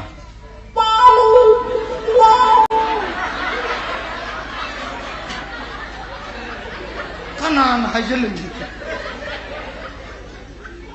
आई सासिरा आइना पोकरा हंगिजा मपा ओइबिरबरा सिनी नते आइना पोकसबा इसासिबा आइना ai sara hangi oi ai ju siang da hajen ni wa 하이비 ai sa se ai mo na pok putin na sa di 아이오빠 mama na pok piram man 호이 와린시 따보다 더 능아이 아듬 야이 아드디 안강시 느빠마사시 oi 하우지우지시 거리 타베 안강 수노미바 까마이 떠리바 kai no habi ri se tabak chu bra hai ro 호이 거리 신타 빠비리가 kai sang bu de da tabak chu de da kai ai na jo te taram le da khoyan ma jungam dre yo pak thang jo pai nan le bak to han ma jungam dre isa ma khu thor kham ka mai na tabak chu do no ma thand pu ine chu de tabak chu de कशु कायदे मागी सुनिंगबा सनिंगबा नोनिंगबा मतम माइ लाक्सनी oh adu oi na ngai re se अदुमकु लारिक लाइसु मही मसिंगदि कदाय बुरि तंबियोबा kai no hai mai ma sing ai ro mai ma sing adi kai no habi लारिक लाइसु वाजरिबा oh lai la shu dro mai ma sing ai se ai di mai ba ki mai do ro ni oi ai sa se mai ba mai je su ya da ba mantra ma sa mo lo ya da ba ma si adu lai ta hai ye isa se adu ai na lai jam hai kui ra tam di ngau ne tok thol tok thon lai se BMA ade university ka tam di mi ngau ina ai na ngau da na ba to na to le doctor oi tam le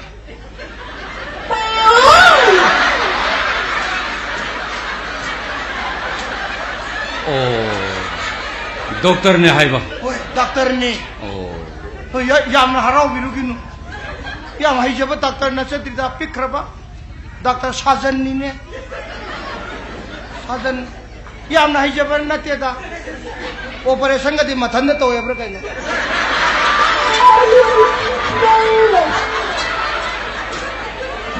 oza tolo ka siam sau jaba na ti ti hai ku na de yom chare mi ni sa je lupa la ani sudo wa lising umrada ni wa lising कशु कायदे इसा नुपा अफबा पोपी बसे नुंगाई बिरंगनी अखोगी सु माइने हाइजब तारे oi अदु आई अरोय गोइना करिंगम तक हंगसगे eta hangapyo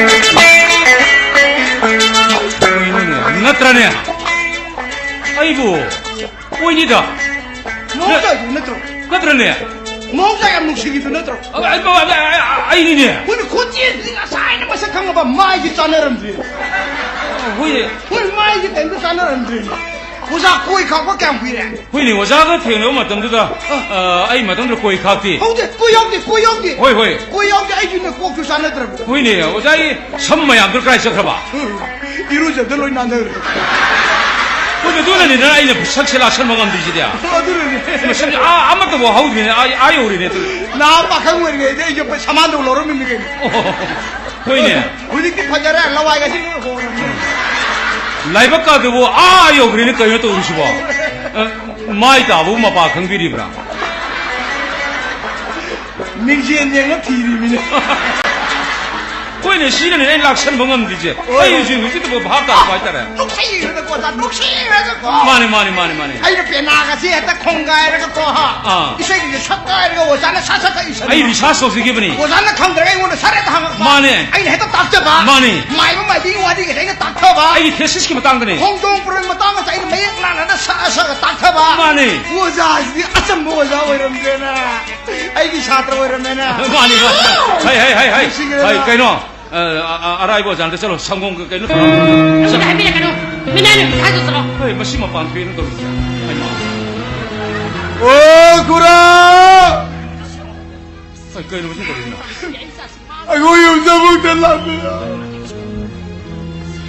Aku yang babu betul sabuk kelamara.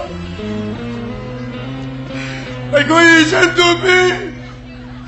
Ngarang lagi elektrik kurang. Hei. 자, 마음이 봄에 아유 그래. 안다 따뜻해. 하이. 가리노 낭나 마에 빨리드나. 하. 가리기노 와봐. 마들리 비시크라노 강브라. 하. 나서는 비기 파워 하이도 콜라이브니. 낭이디 마마 따레. 그 타볼로 메바로로. 바바. 보자 거리에니. 아이 그럼 저리. 이봐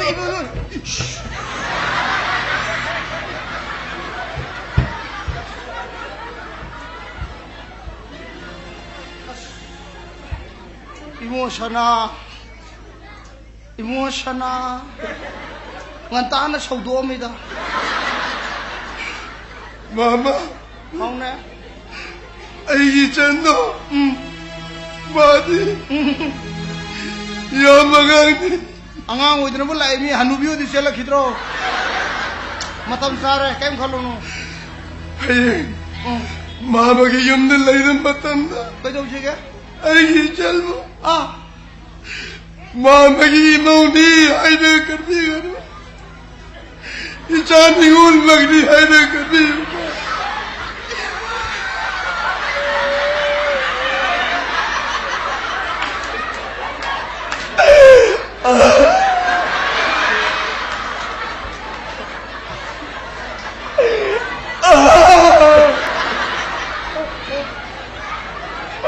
Oda, aduksi kena ko, dah kira satu piru pasal. Mabuk jina gawi, jina baca tu piru gawi. Nasar pitu kera hilap kena, aku ada, baku kiswai kubbe. Thar dodar ko ye ture ke bar ham to kya puchi, baji. Aise, nama unhe na khatbi kanu. Nasari unhe khatbi.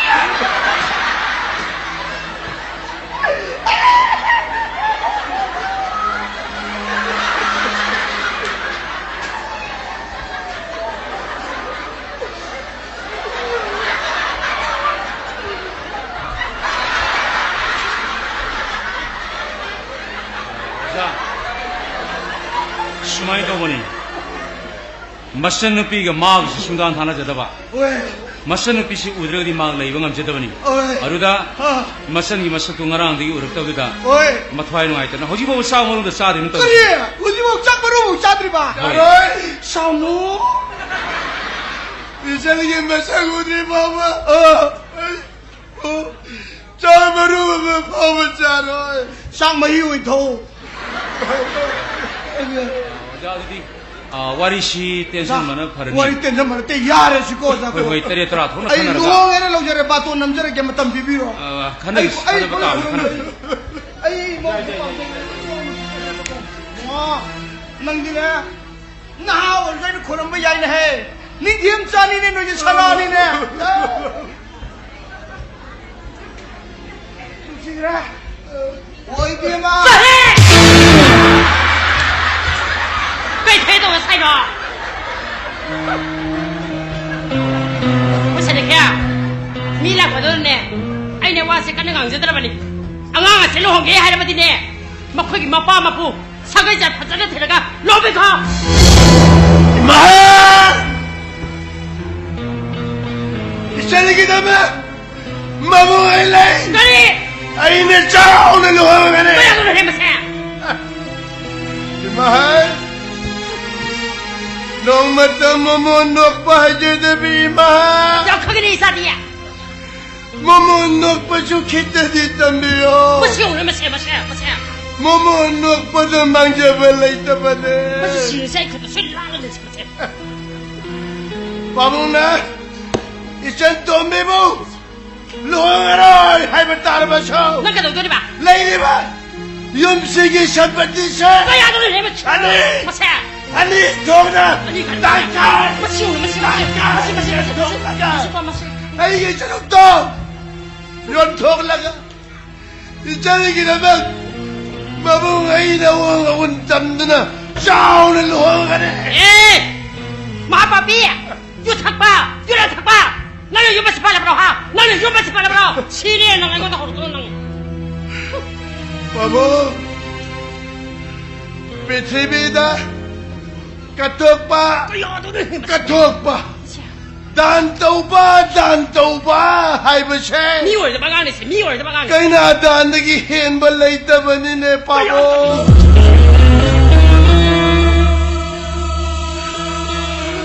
Jala! Ay, Jala! Sala, nasa kiri hindi.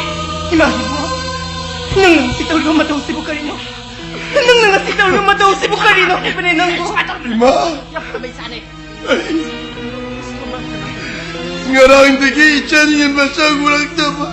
Yam nuway. Masih si maruol. Icharingin masang udri bawa. Ay.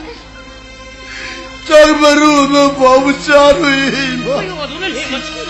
Haris, ngacay no pito. Oren soy na lang. Nang hajang siyam ng warani. Imong dapat pa sila. Lao. Ay, sana sumayaw man di. Yang kami sana. Masih lang mahal naman isa. Mahal naman eh. Mahal naman eh. Sana sumayaw man sana di. Sana kya? Ijimsi. Sagay sige maying dula. Ijimsi kya saw ko daw. Amuk dapat tabiyo. Imay chan na yum sila saydang dula lay-zari base. Ijimsi kya seba pang dula lay-zari bani. Minay na biyagi chan na po. Sagay si pumangkok pa yabra ne. Adubo Ijimsi. Ija tong bigilo kong basi matang di.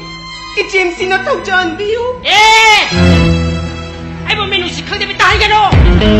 Sumanga sumala ka long baya ka ni. Awang po mayama makapapasu. Ay kayo su hayoy. Adubo ba to namada. Ras kumari sandomi. Mapay mo ras kumar. Dr. Spiral hay na pato na hapati. Hadabi sweet aligan. What up damali.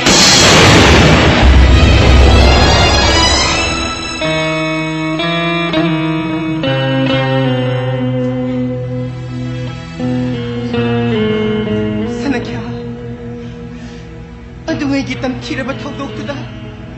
Kudong kiram ko daba ijagi punsi. Sana kya gitawjan mitiyeng kada. Ijagi mapung maray para basaktam. Nasidi uba pangjari. Sana kya giyumnak sagay dabarton ubiduna. Nungtigira tangi pang tokjari ba. Brinda imagi iyayda.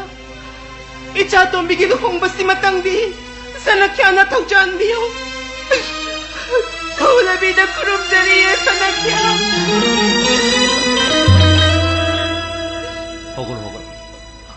Hogol. Leshimbi. Adu hang ni sipuning shontagan. Ayese yum sig yumburel ni. Isa ton bigi nung si isel na tumat kraba ay tamoy ni. Ay naigi isa ton bibo. Awong ulsaw na tamduna. Ningkem sagi gimingda sung soy dra luhong ani.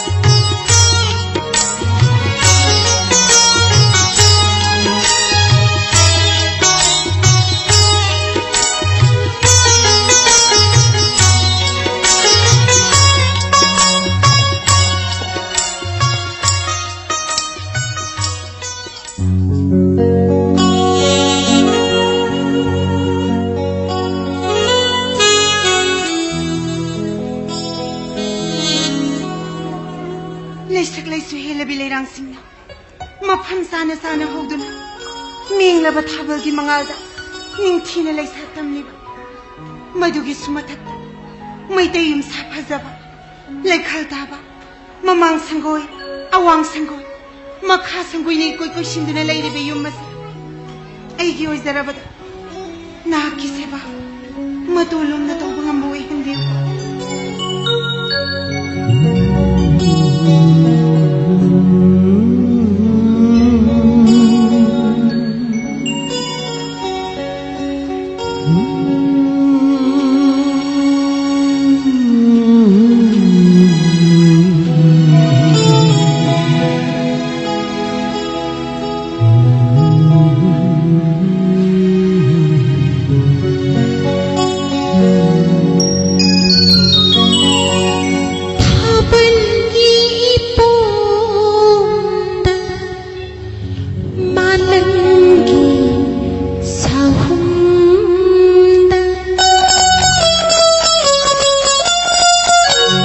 Bagi ibu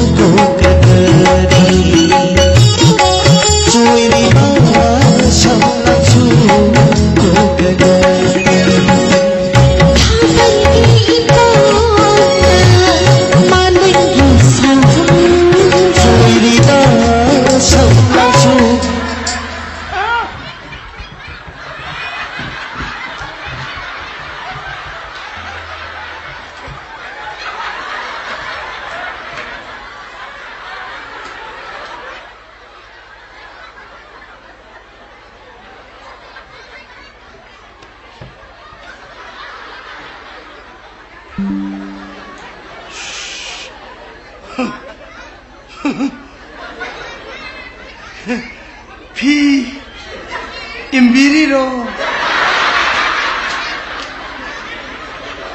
ho nama am lei junatre na thei mam lei junatre nang na imbi de kana na imbi ni o imbi Baba, ai gari sindom ta yengzil loge ba. o nang na yang na ba gari yang wai bi na mamen Hoi ba. am le hauni yam yang ro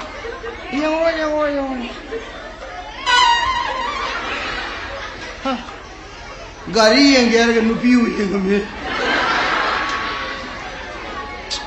nusi grada imau lak pasi dia imung je pungan hengali da imung je pungtan le thali da ha nusi hey imau sha be ma nang nama ani suine nama handu nang ngu je lo ro ba nang amon na ba pham se lak ne jai tha ja dre nama handu nang ngu de nang he tar ba nang hore phone to ra ne ba isa na ya de na luhong bu ji kai doi ba ai na khajuri myam se pura kai nom to doi ba adu tor ta ai na kai dor ka ni khang bro ne shor sat ka dam ne e pa ka nu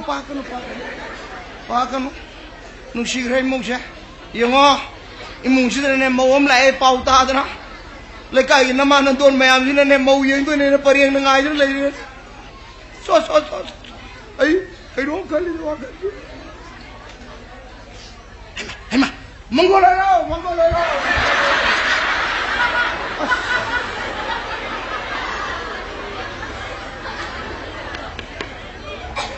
som da prem ma tang pui ngai da imong no koram ma jungok pa nang haudre ai de kai no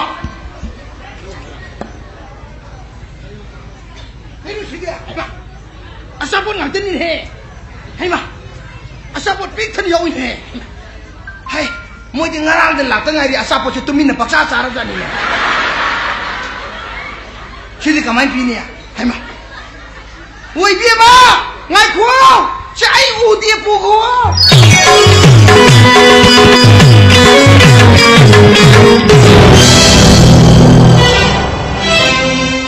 kai no ja pakali jabo tap tho lai shembi ichal dobi je kanagi bachana sen khomo ichal dobi kanagi bachana ai gisabu kanagi machano hangiba nang kanano adu ka karigi ichal dobi lobu ki baat to nambada mapai mu doctor sarane ki ming apa yai adi haidana na koi mu da kana chaine ba tholi bar kari ayo doctor sarane ni chan dobi kanaro mi ki mung ni maram da pandari panam imong sigi kanano Ichan tombi, imong sigi ningol ne, imong sigi mi. Lai shembi, nang ai thokar mo thongdok adu ki matung da nang mo doctor sarare na hospital de pukar tu laing ki ai ba ai khangi ne.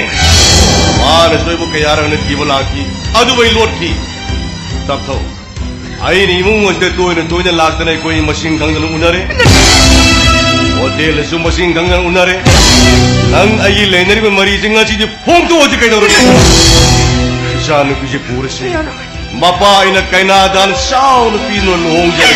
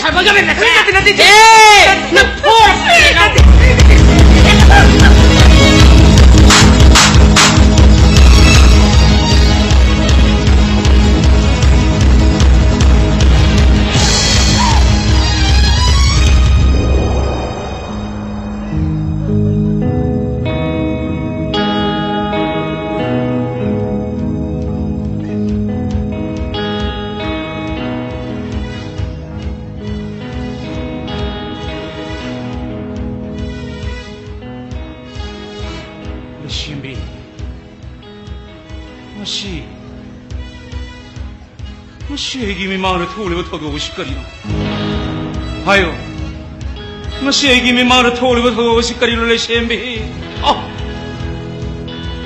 isa nang gol pok se dra ba yesi isa to mina maram mo hera ka kaina dal phangje gani ne sagat char ba asa ai wa khal pur bak are matar ba mangla lo ram la ba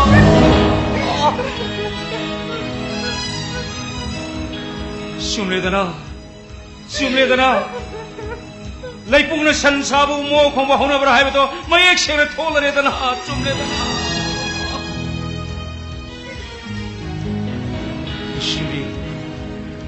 Masi nang laur ba salwala si karina hayo ngasi nang laur ba salwala si karina ai gi asa ai gi wakhal pun mare matar bara malang moy matar bara kai sembe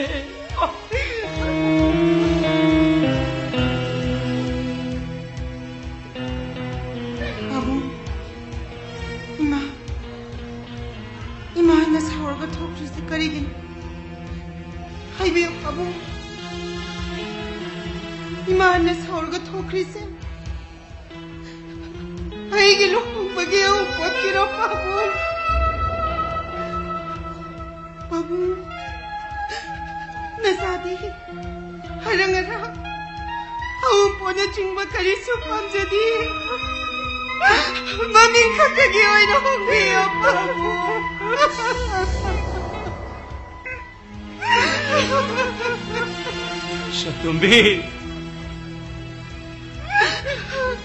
Satumbi isabu pamong na yam nung siye Satumbi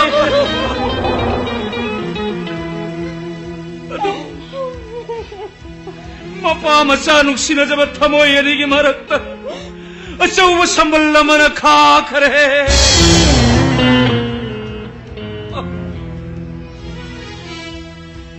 Isabu awul saw na tamjaduna ningthem sagi gi mingal lu hongjaduna kaina dal phangjana bi haggado nangi male seminai gi phamda sinadare are embatare hojiti kai doruni tatumbe nang ipahu arogano kai satumbe hojiti namana sabu amuga na haptu na thamna bagi patra ama mafam masida laitare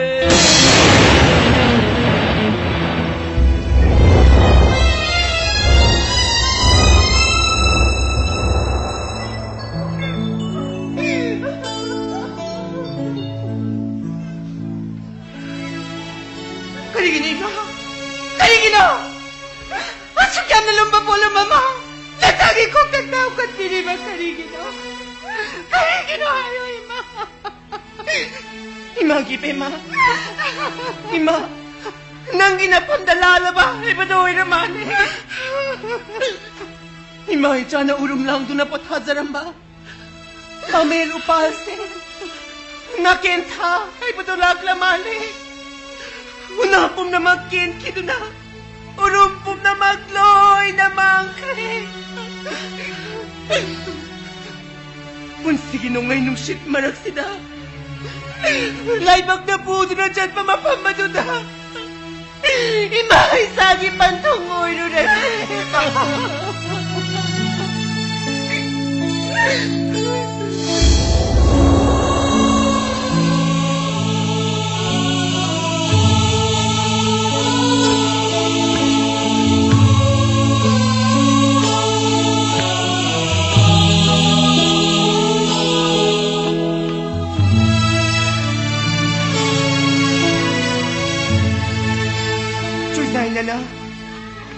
Upul nagtakila ba layrangkom? Uy, gano ko isagi pun sidi, imagom na!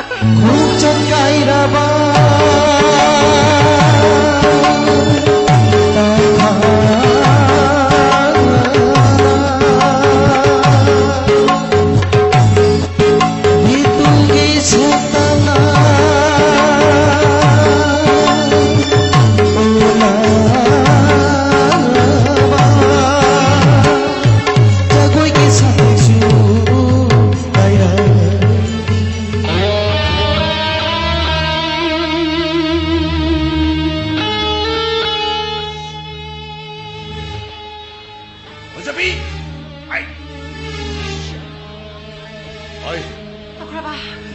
Kaya nang karigi phone off tawri. Ay ko ni toy ni tenu una pum hotel nang karigi lakta bana. Ayo nang to sikay. Takraba. Wa ka nang ang migano. Yum na ngang lay. Ang ang si ta phabadi yum masi. Akhai tu ai mo na khan thadi. Wa ka nang ang migano takraba. Sabi. Ay nang yum mas amu na sularo. Toy na sularo. Kadai. Lopa lakta rapiro. Takraba. Mama masa puta thona bhona bata. Ai gi laser ma sana lu palan thum phona ma. Takraba na ping hadu de. Ai ma thamna ke takraba. Sabi. Nang siya ginu pini hai bada gariya kai balai. No. Yam na lem na sala sila.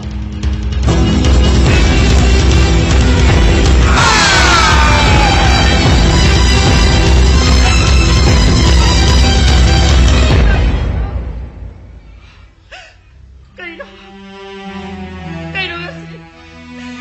Isari ma na uli mo matuwas mo. Ay may bagi ko ba. Nangbo. Yung masigi ka na. Nangbo yung masigi ka na. Yung masida. Nung siya na himinaran ba? Machal mabong. Shaydang nila dyan mi mabo. Nuroke ko na tarbi nangi tawin chendagi. Mapang kang dina. Charang kibana ka. Pabong na. Apun magisagam sakali pa. Yung masibo. Machal tukay magamay. Nang kalma mamanaw. Pabong laktigay. Aygo. Mama hatin macata digay. Yung masida to sa kao. Madara. Nang itong ipon siya ay paboy ka. Yung masida.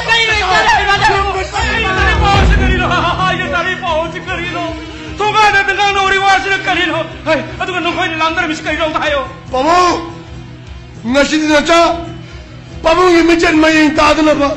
Dikipta sagay yesibu kanan na bagita bagta. Miat pa hybrid oil ne pabong. Kayo hayo ato ba to? Ngang dari bawasi mo sum mandara ba hari suba. Ay, karino mana hari karino. Pabong.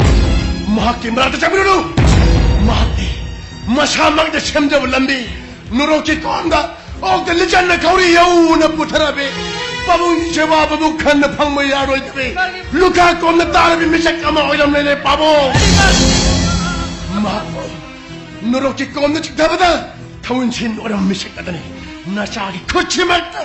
Aduh, aduh nang mihala ba? Nang mihala ba? Kari, ay mang nahipok sa bisa nga si mihala ba? Mihala ba? Oh, sumleda na.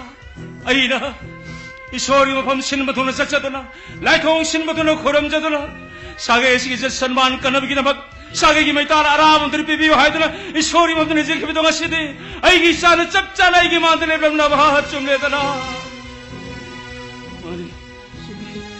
Ay na ay gi sagi mo gul pisak pilingay. Ima tumo rin iri hauna khanlo ka bari. Minum si ba, dharma ba, bija bitak ba, sangsar mibu ngap ba, kan ba, sinara ba di, sibe kita na, sagi sigi jat kana ba, ning kem sa amagi nagul ngalam ba kita ipana nang buyay.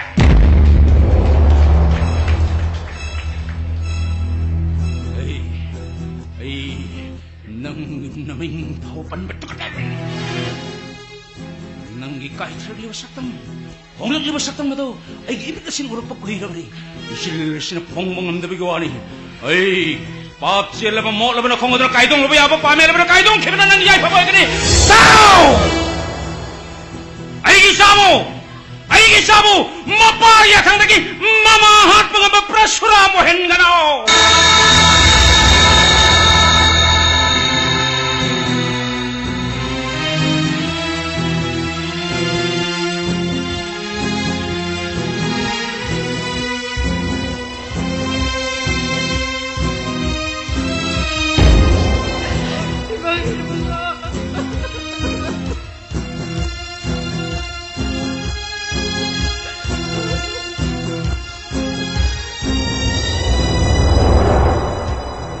Pagi ko puna magsi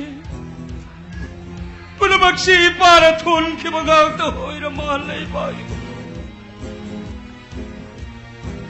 Gasi sana mi hal rasu mi hat pagi papa to di pa na puge ko amuk khana kakal yar da mi pagi ma pauni kadahay thanga do piraw mi hat pagi thoga nga do ai samano yajatna 이빠기 레모르 분시 마카가 제 까이 숨상들 렌 그래가 까라이 항아도 필요 나대 바바 한 오히려 빠보면 가시험장들 내려가 자오르마 연마시기 랑동 뿌라맞기 마보이드나 나짜나 농아이다 힘은 감자로 미 할부기 풍엄 덕바 일하기 단디에도 나짜나 방정이네 바보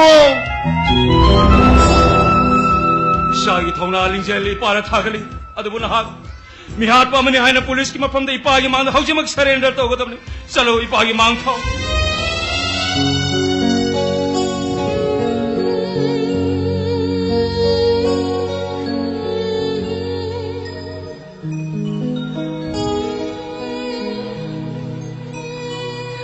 मा आई सोमदा लेरमगे को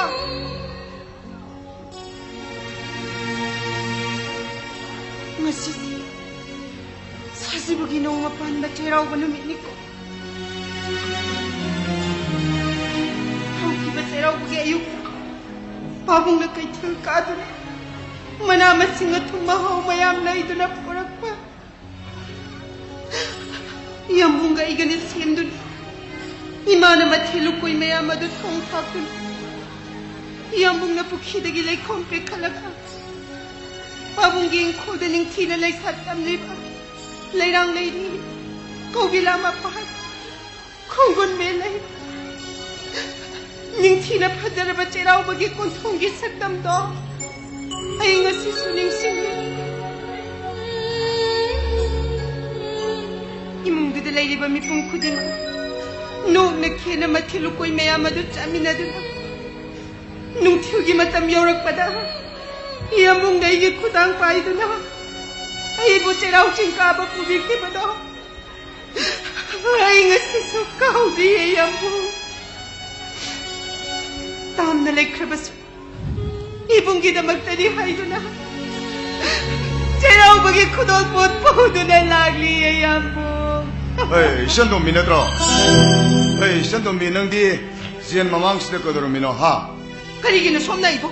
마방고딩이 꼬티 티리바 아이기 분치납니다 손도 코로 당게 칼리바 가리기노 에이 전놈이 nangi wakal 놀라래 nangi 분시다 아이나 코로 당게 해볼수 있대 아두가 nangu 꼬티 티버기 wakal 수 engond leite nan taptako ai wahege yengo ai thak tongba police officer na ko ekhoi jail sigi sp sarga wari khar sanar sona lakpani na engond la na khaneno nang na engond thina ngangaba su thina seiraba su ngasi phawbodadi aina nangbu nungsibada lo onthok ngakdani ko ai luhonggadaba nupin hoi nang luhonggadore haibase ai phachana tarabani adu nang luhonggadore nupado borado mado nang sukya yade haibase aina phachana tarabani aigi amuna jaildige tholaktuna aigi luhongba yawdrabadi ai luhongba ngamo haizaba khaktani aina jailoriba nupaba aina khwaidagi pamjaba aigi punsi khongoyadagi khalibani masida somnai ngodi yam disturb tawbigano ai shandombi aisi angang macha natrabani yam ikai khangdabusi tahangeno farene nangi wakhalnadu yorabadi ꯑꯩꯈꯣꯏ ꯁꯤꯟꯗꯨꯄꯥꯅꯤꯅꯦ ꯇꯧꯒꯦꯗꯉꯝꯕꯅꯤꯅꯦ ꯉꯁꯤ ꯍꯥꯏꯔꯤꯕ ꯅꯨꯃꯤꯠ ꯑꯁꯤꯗꯒꯤ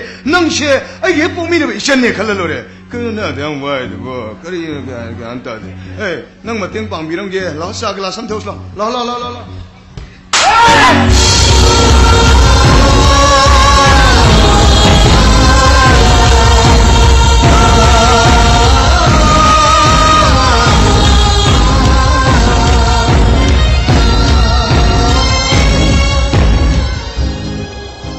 kanano kangbra makasi kanano kangbra makasi kanano kangbra makasi ay gisado pine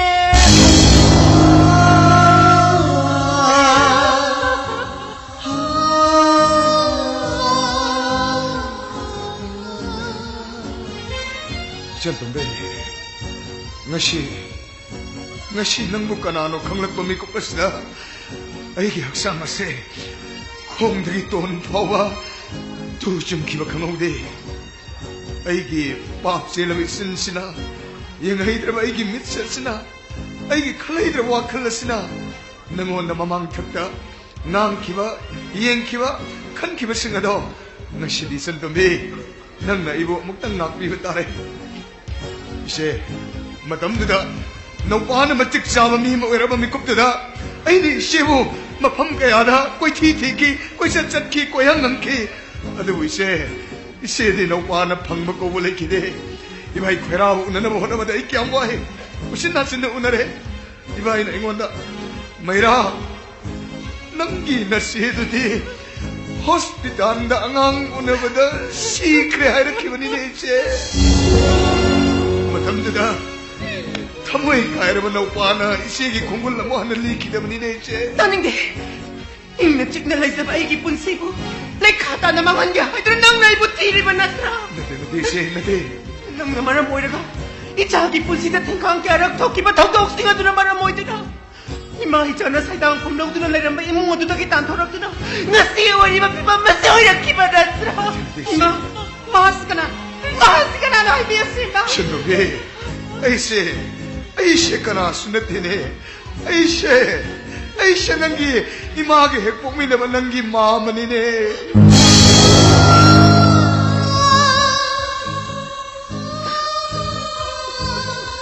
신도비 ngashidi hau khar basing ado punamak tok thoga ai wa haige ise ngashishu no pa mai rana ise gi mangda na hodana amu hana wasni no pa na tan silver lantum amadi ai gi punsia se ngashi har ban meste gi ima sak labi se gi damakta isen tombi gi damakta punamak ka thok labani ei isen tombi nan kari gi damakta wari ha mama le misni hauki basing ado loina mak punamak kau thok lasi yengo jealous de leiba nangi nabung ase aina soidna lo thokani mikup astachu maga na khoi ko nan gani ai ngasi hairba mikup astagi na khoi gi mateng panggadani aina kari tor ko ge haibo na khoi omtang di yengo lo ai mateng pangge ai gi tungna lo ise shangi bilo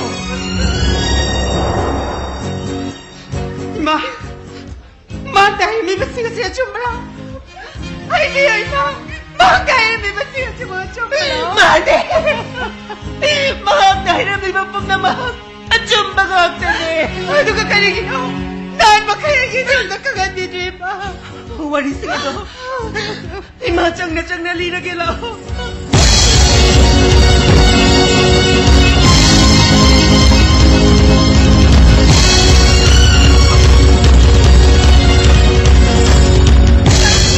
Mane!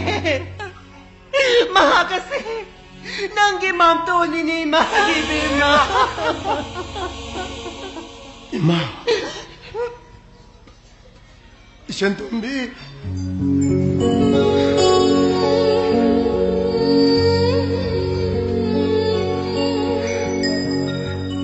Nabung aibu unabala iro.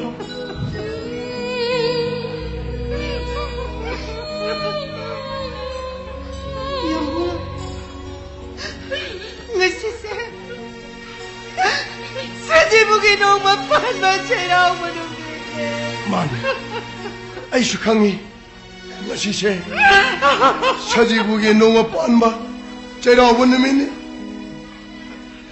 jail manung dalamin na rin isong imana ba marum mapang punama machal mabung nung sinabagi mama mapa nung sinabagi chayrawan namin kinungay pawarita na tanda na lahawri.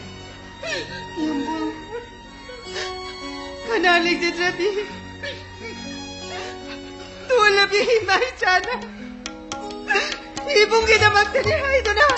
Kaya maging kunot-kunot pudo na lang niyayang.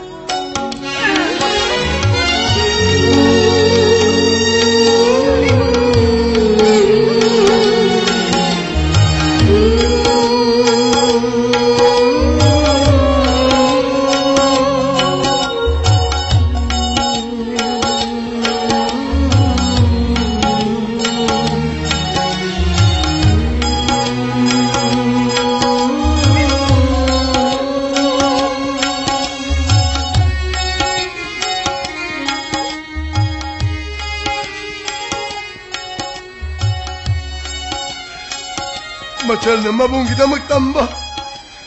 Chayraw bugi kudol di pangjari. Ado bu ima. Machal mo mabung na chagong duna. Kudol biga na mo do. Kayo ngay doon ni ima.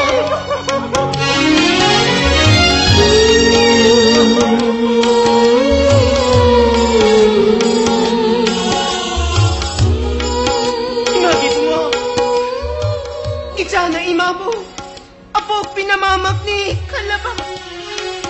Itsana lang na ba magpekoy na ba di? Kay sumsang di awa ba si Kokto na? Nachal mo sa kong sa mga moy sa ako'y magibo mo!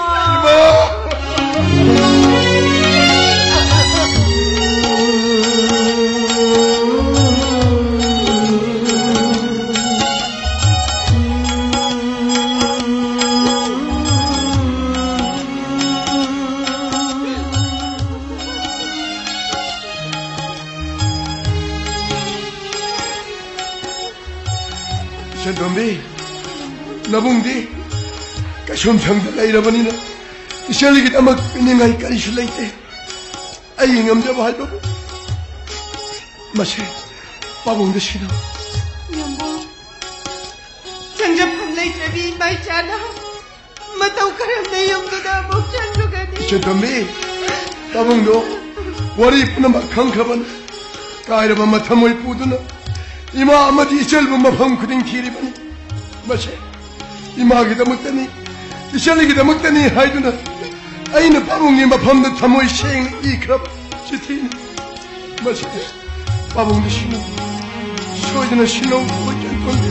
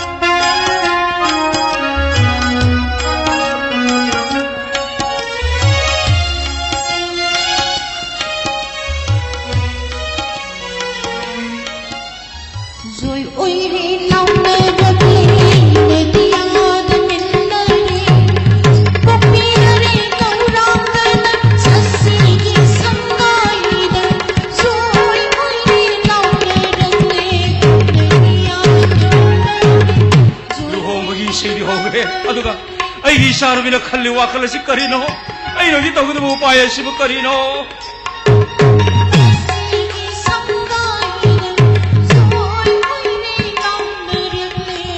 शारो पर खरग से किएसे आई न हंजन हंजन पार बनी ने बाबू कशुम संग पुंछी ले ली बना ताल खुरुमजर अवाबत number से को जरब आई इमाल शिदीबू 용기 레머렌디 아마 올라오신디 아두가 바보 아이 아마타 나제르비 쳇도디보 넥템타 사게기 민다 아웅아운 땀드나 짜오르 노메 아두나 나자네 가숑창데 누아니 레리 하나 그미 나자나 무칸나 그rum데리 파기 봉어 이사나 시나버 프리모 로이나 파타보 보이나 빵토레 이빠기 만드나 농도 레브 라오네 이빠기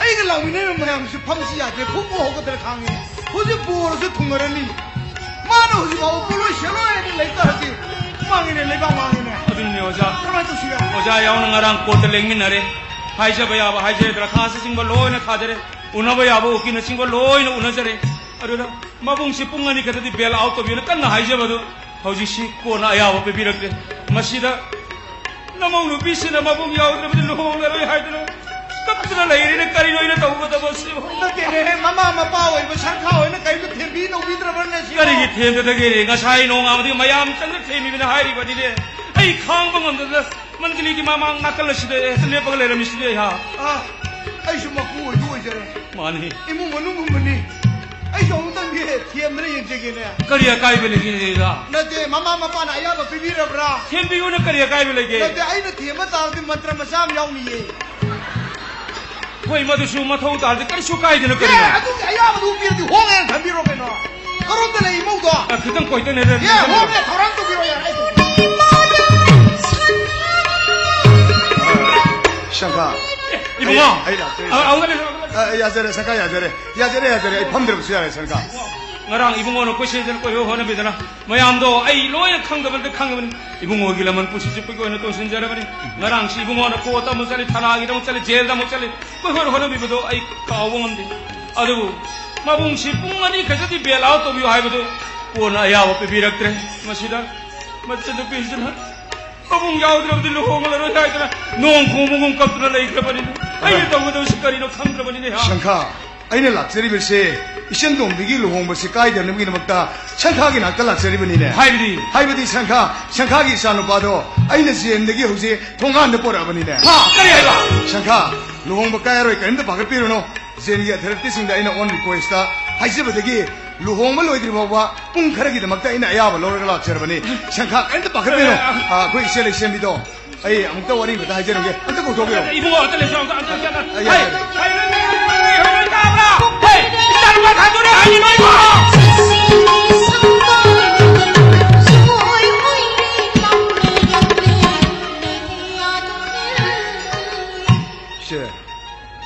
Shegi ningba thingnabagi damakta mayam punamak sigi yai phanabagi damakta naupana isan tombigi luhongba sekai denabagi damakta ishegi sanupado jengi authority singda aina on request da fachana haijabadagi ise ain gi miengda amasung official oinadi yagadaba nate adu miyoibagi thamoi sengna haijabadagi isan tombigi luhongba se loidri phawbagi oina ishegi sanupado aina jengi authority singdagi aigi security gi sinnaw singloina jendagi hojik thongan da porabani ne che tanja seor phawda isena no pabu waro birba Jegi bungo ngasi hari benumi sidagi ichi nang buwaro de che ai nang buwaro de che aigi punsida ngashigi mikup asmuk nungai kiba ai yaukidri ai yam nungai rese che ai sendom bido amta themiroge tomba ai ma som thajalo som thajalo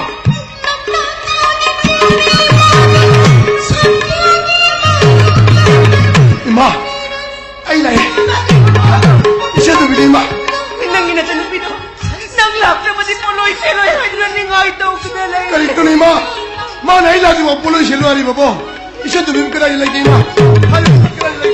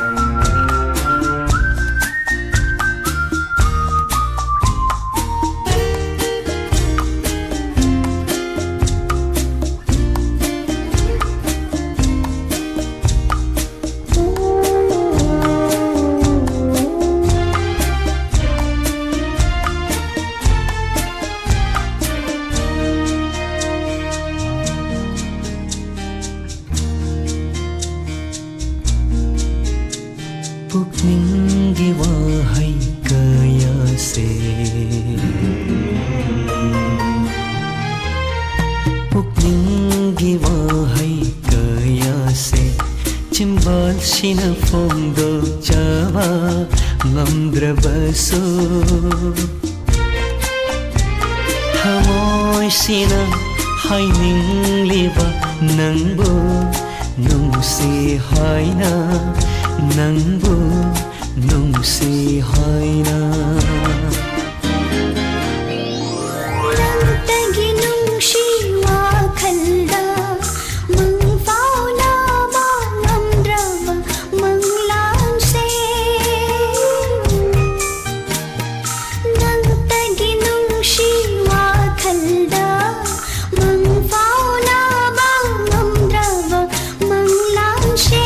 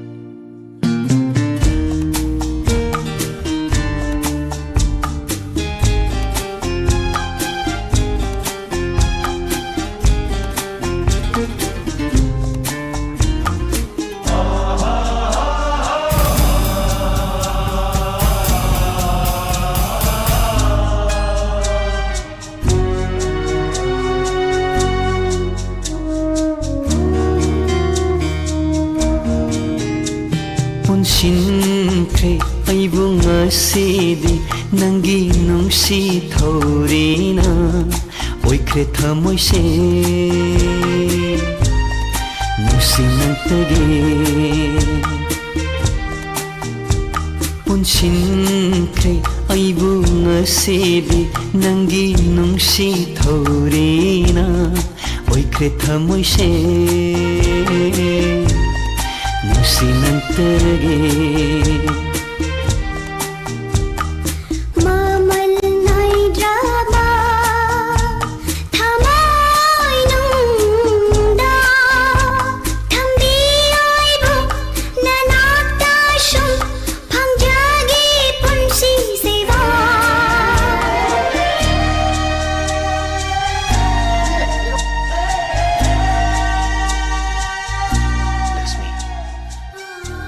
ꯑꯩꯒꯤ ꯊꯃꯣꯏꯒꯤ ꯍꯥꯡꯂꯕ ꯑꯇꯤꯌꯥꯁꯤꯗ ꯄꯨꯟꯁꯤꯁꯤꯃꯒꯤ ꯅꯍꯥꯛꯅ ꯊꯥꯖ ꯑꯣꯏꯅ ꯂꯦꯡꯗꯅ ꯉꯥꯟꯕꯤꯌꯨꯀꯣ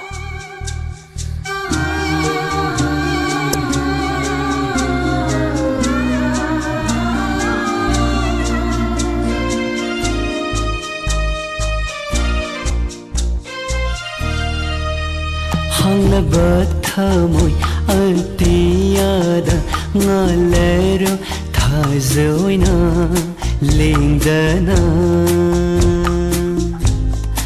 inaksida hanglaba thamoi atiyada ngalero thazoina lengdana inaksida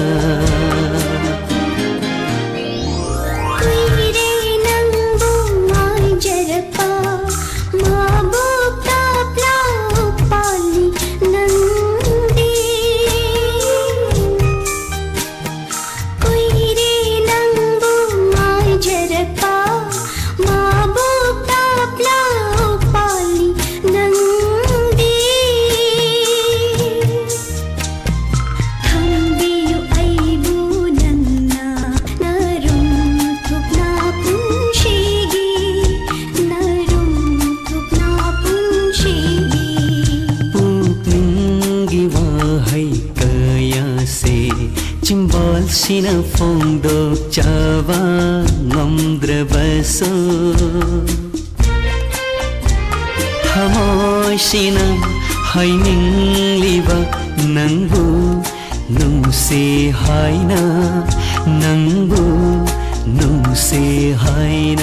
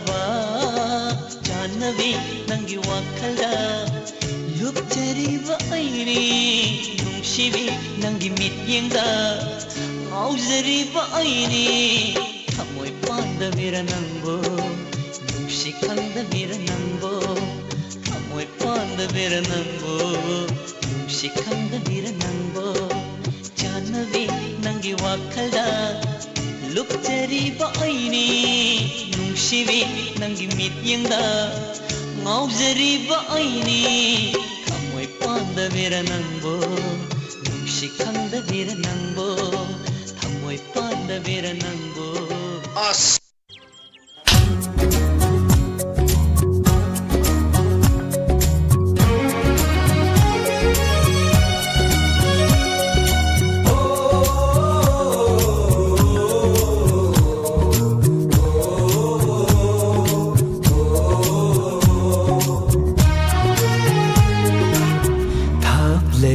लगा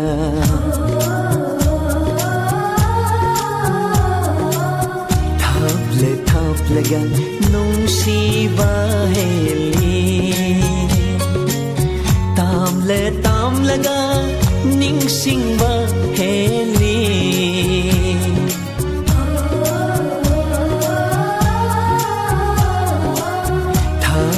थाप लगा नुंसीबा heli ताम लगा निंगसिंगबा हेली थाप लगा नुंसीबा heli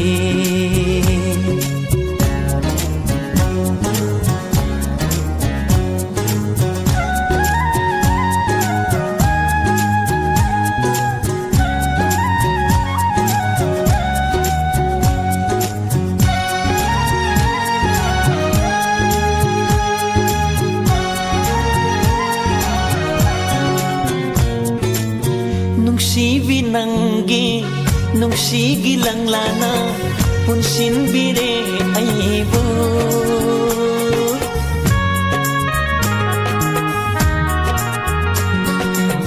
nungsibi nange nungsigi lang lana punsin bire aibo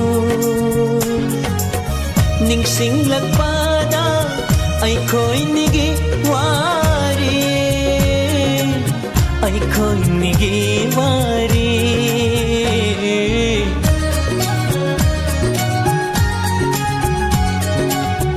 ure nangi nungsibi satam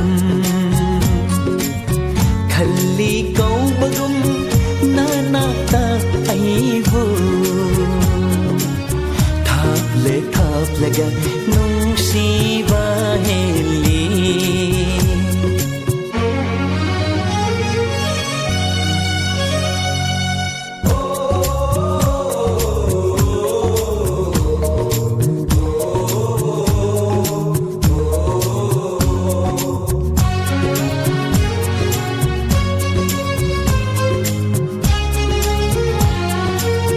मेरा गिथावल मेंगलवथानिल हियांगगी पूर्णिमा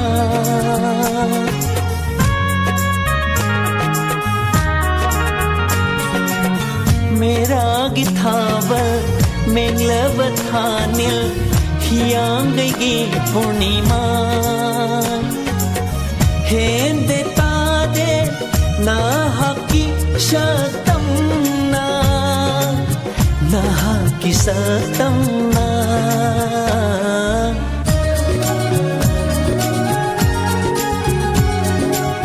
heli nang tana hajaba pomba tajai thawaina nahaki khuding thap laga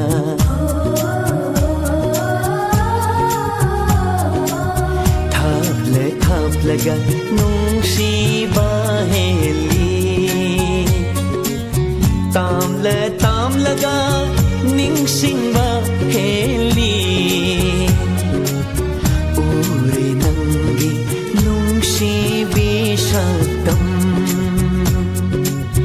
heli नंतना फाजाबा पुंबा थाप लगा नूंसीबा heli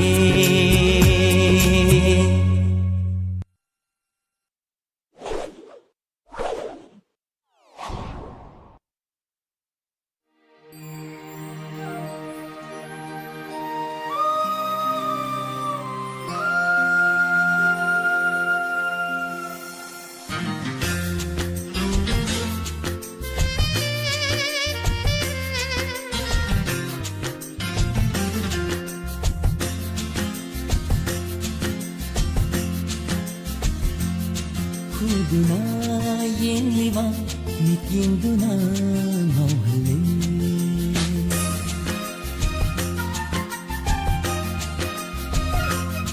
Uduna yengliwa mityenduna ngauhale Ay hakso khangamde Ay hakso khangamde Nangi nungsinan tangda Shumhati thamoshi Nangu nungsi hainile Shumhati thamoshi Nangu nungsi hainile Khoirangle ay haksu Khoirangle ay haksu Nangbu nungshi khoiningle Huduna yengliba mityenduna ngauhale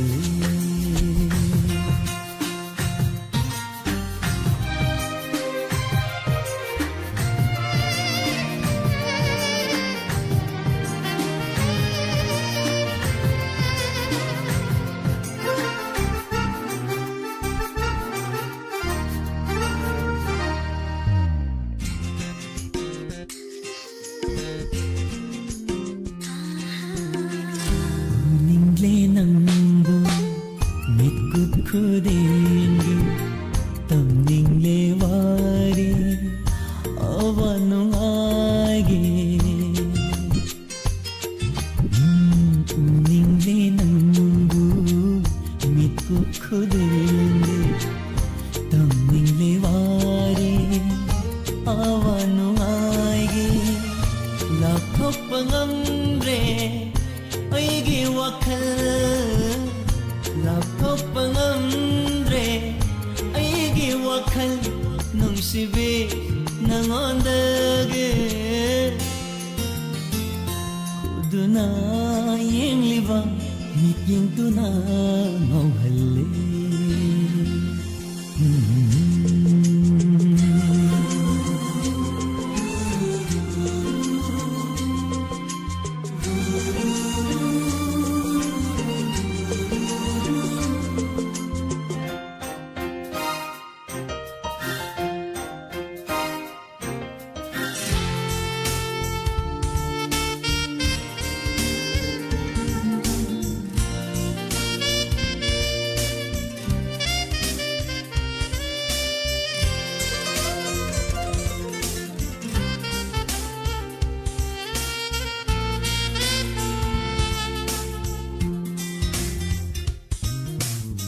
Mi paije aigi thamui ase Oi ki gadara nangse kanagi Mi paije aigi thamui ase Oi ki gadara nangse kanagi Wahai kayani Hai janimba Wahai kayani Hai janimba Thamoina khanjaba Shumhati thamoshi Nangbu nungshi hainle Shumhati thamoshi Nangbu nungshi hainle Khoirangle ay haksu Khoirangle ay haksu nangbu nungsi hoiningle Uduna yengliba mityenduna ngauhale Ay haksu khangamde Nangi nungshi nan tangda ngauhale La la la la la Nangu nungshi hainile ngauhale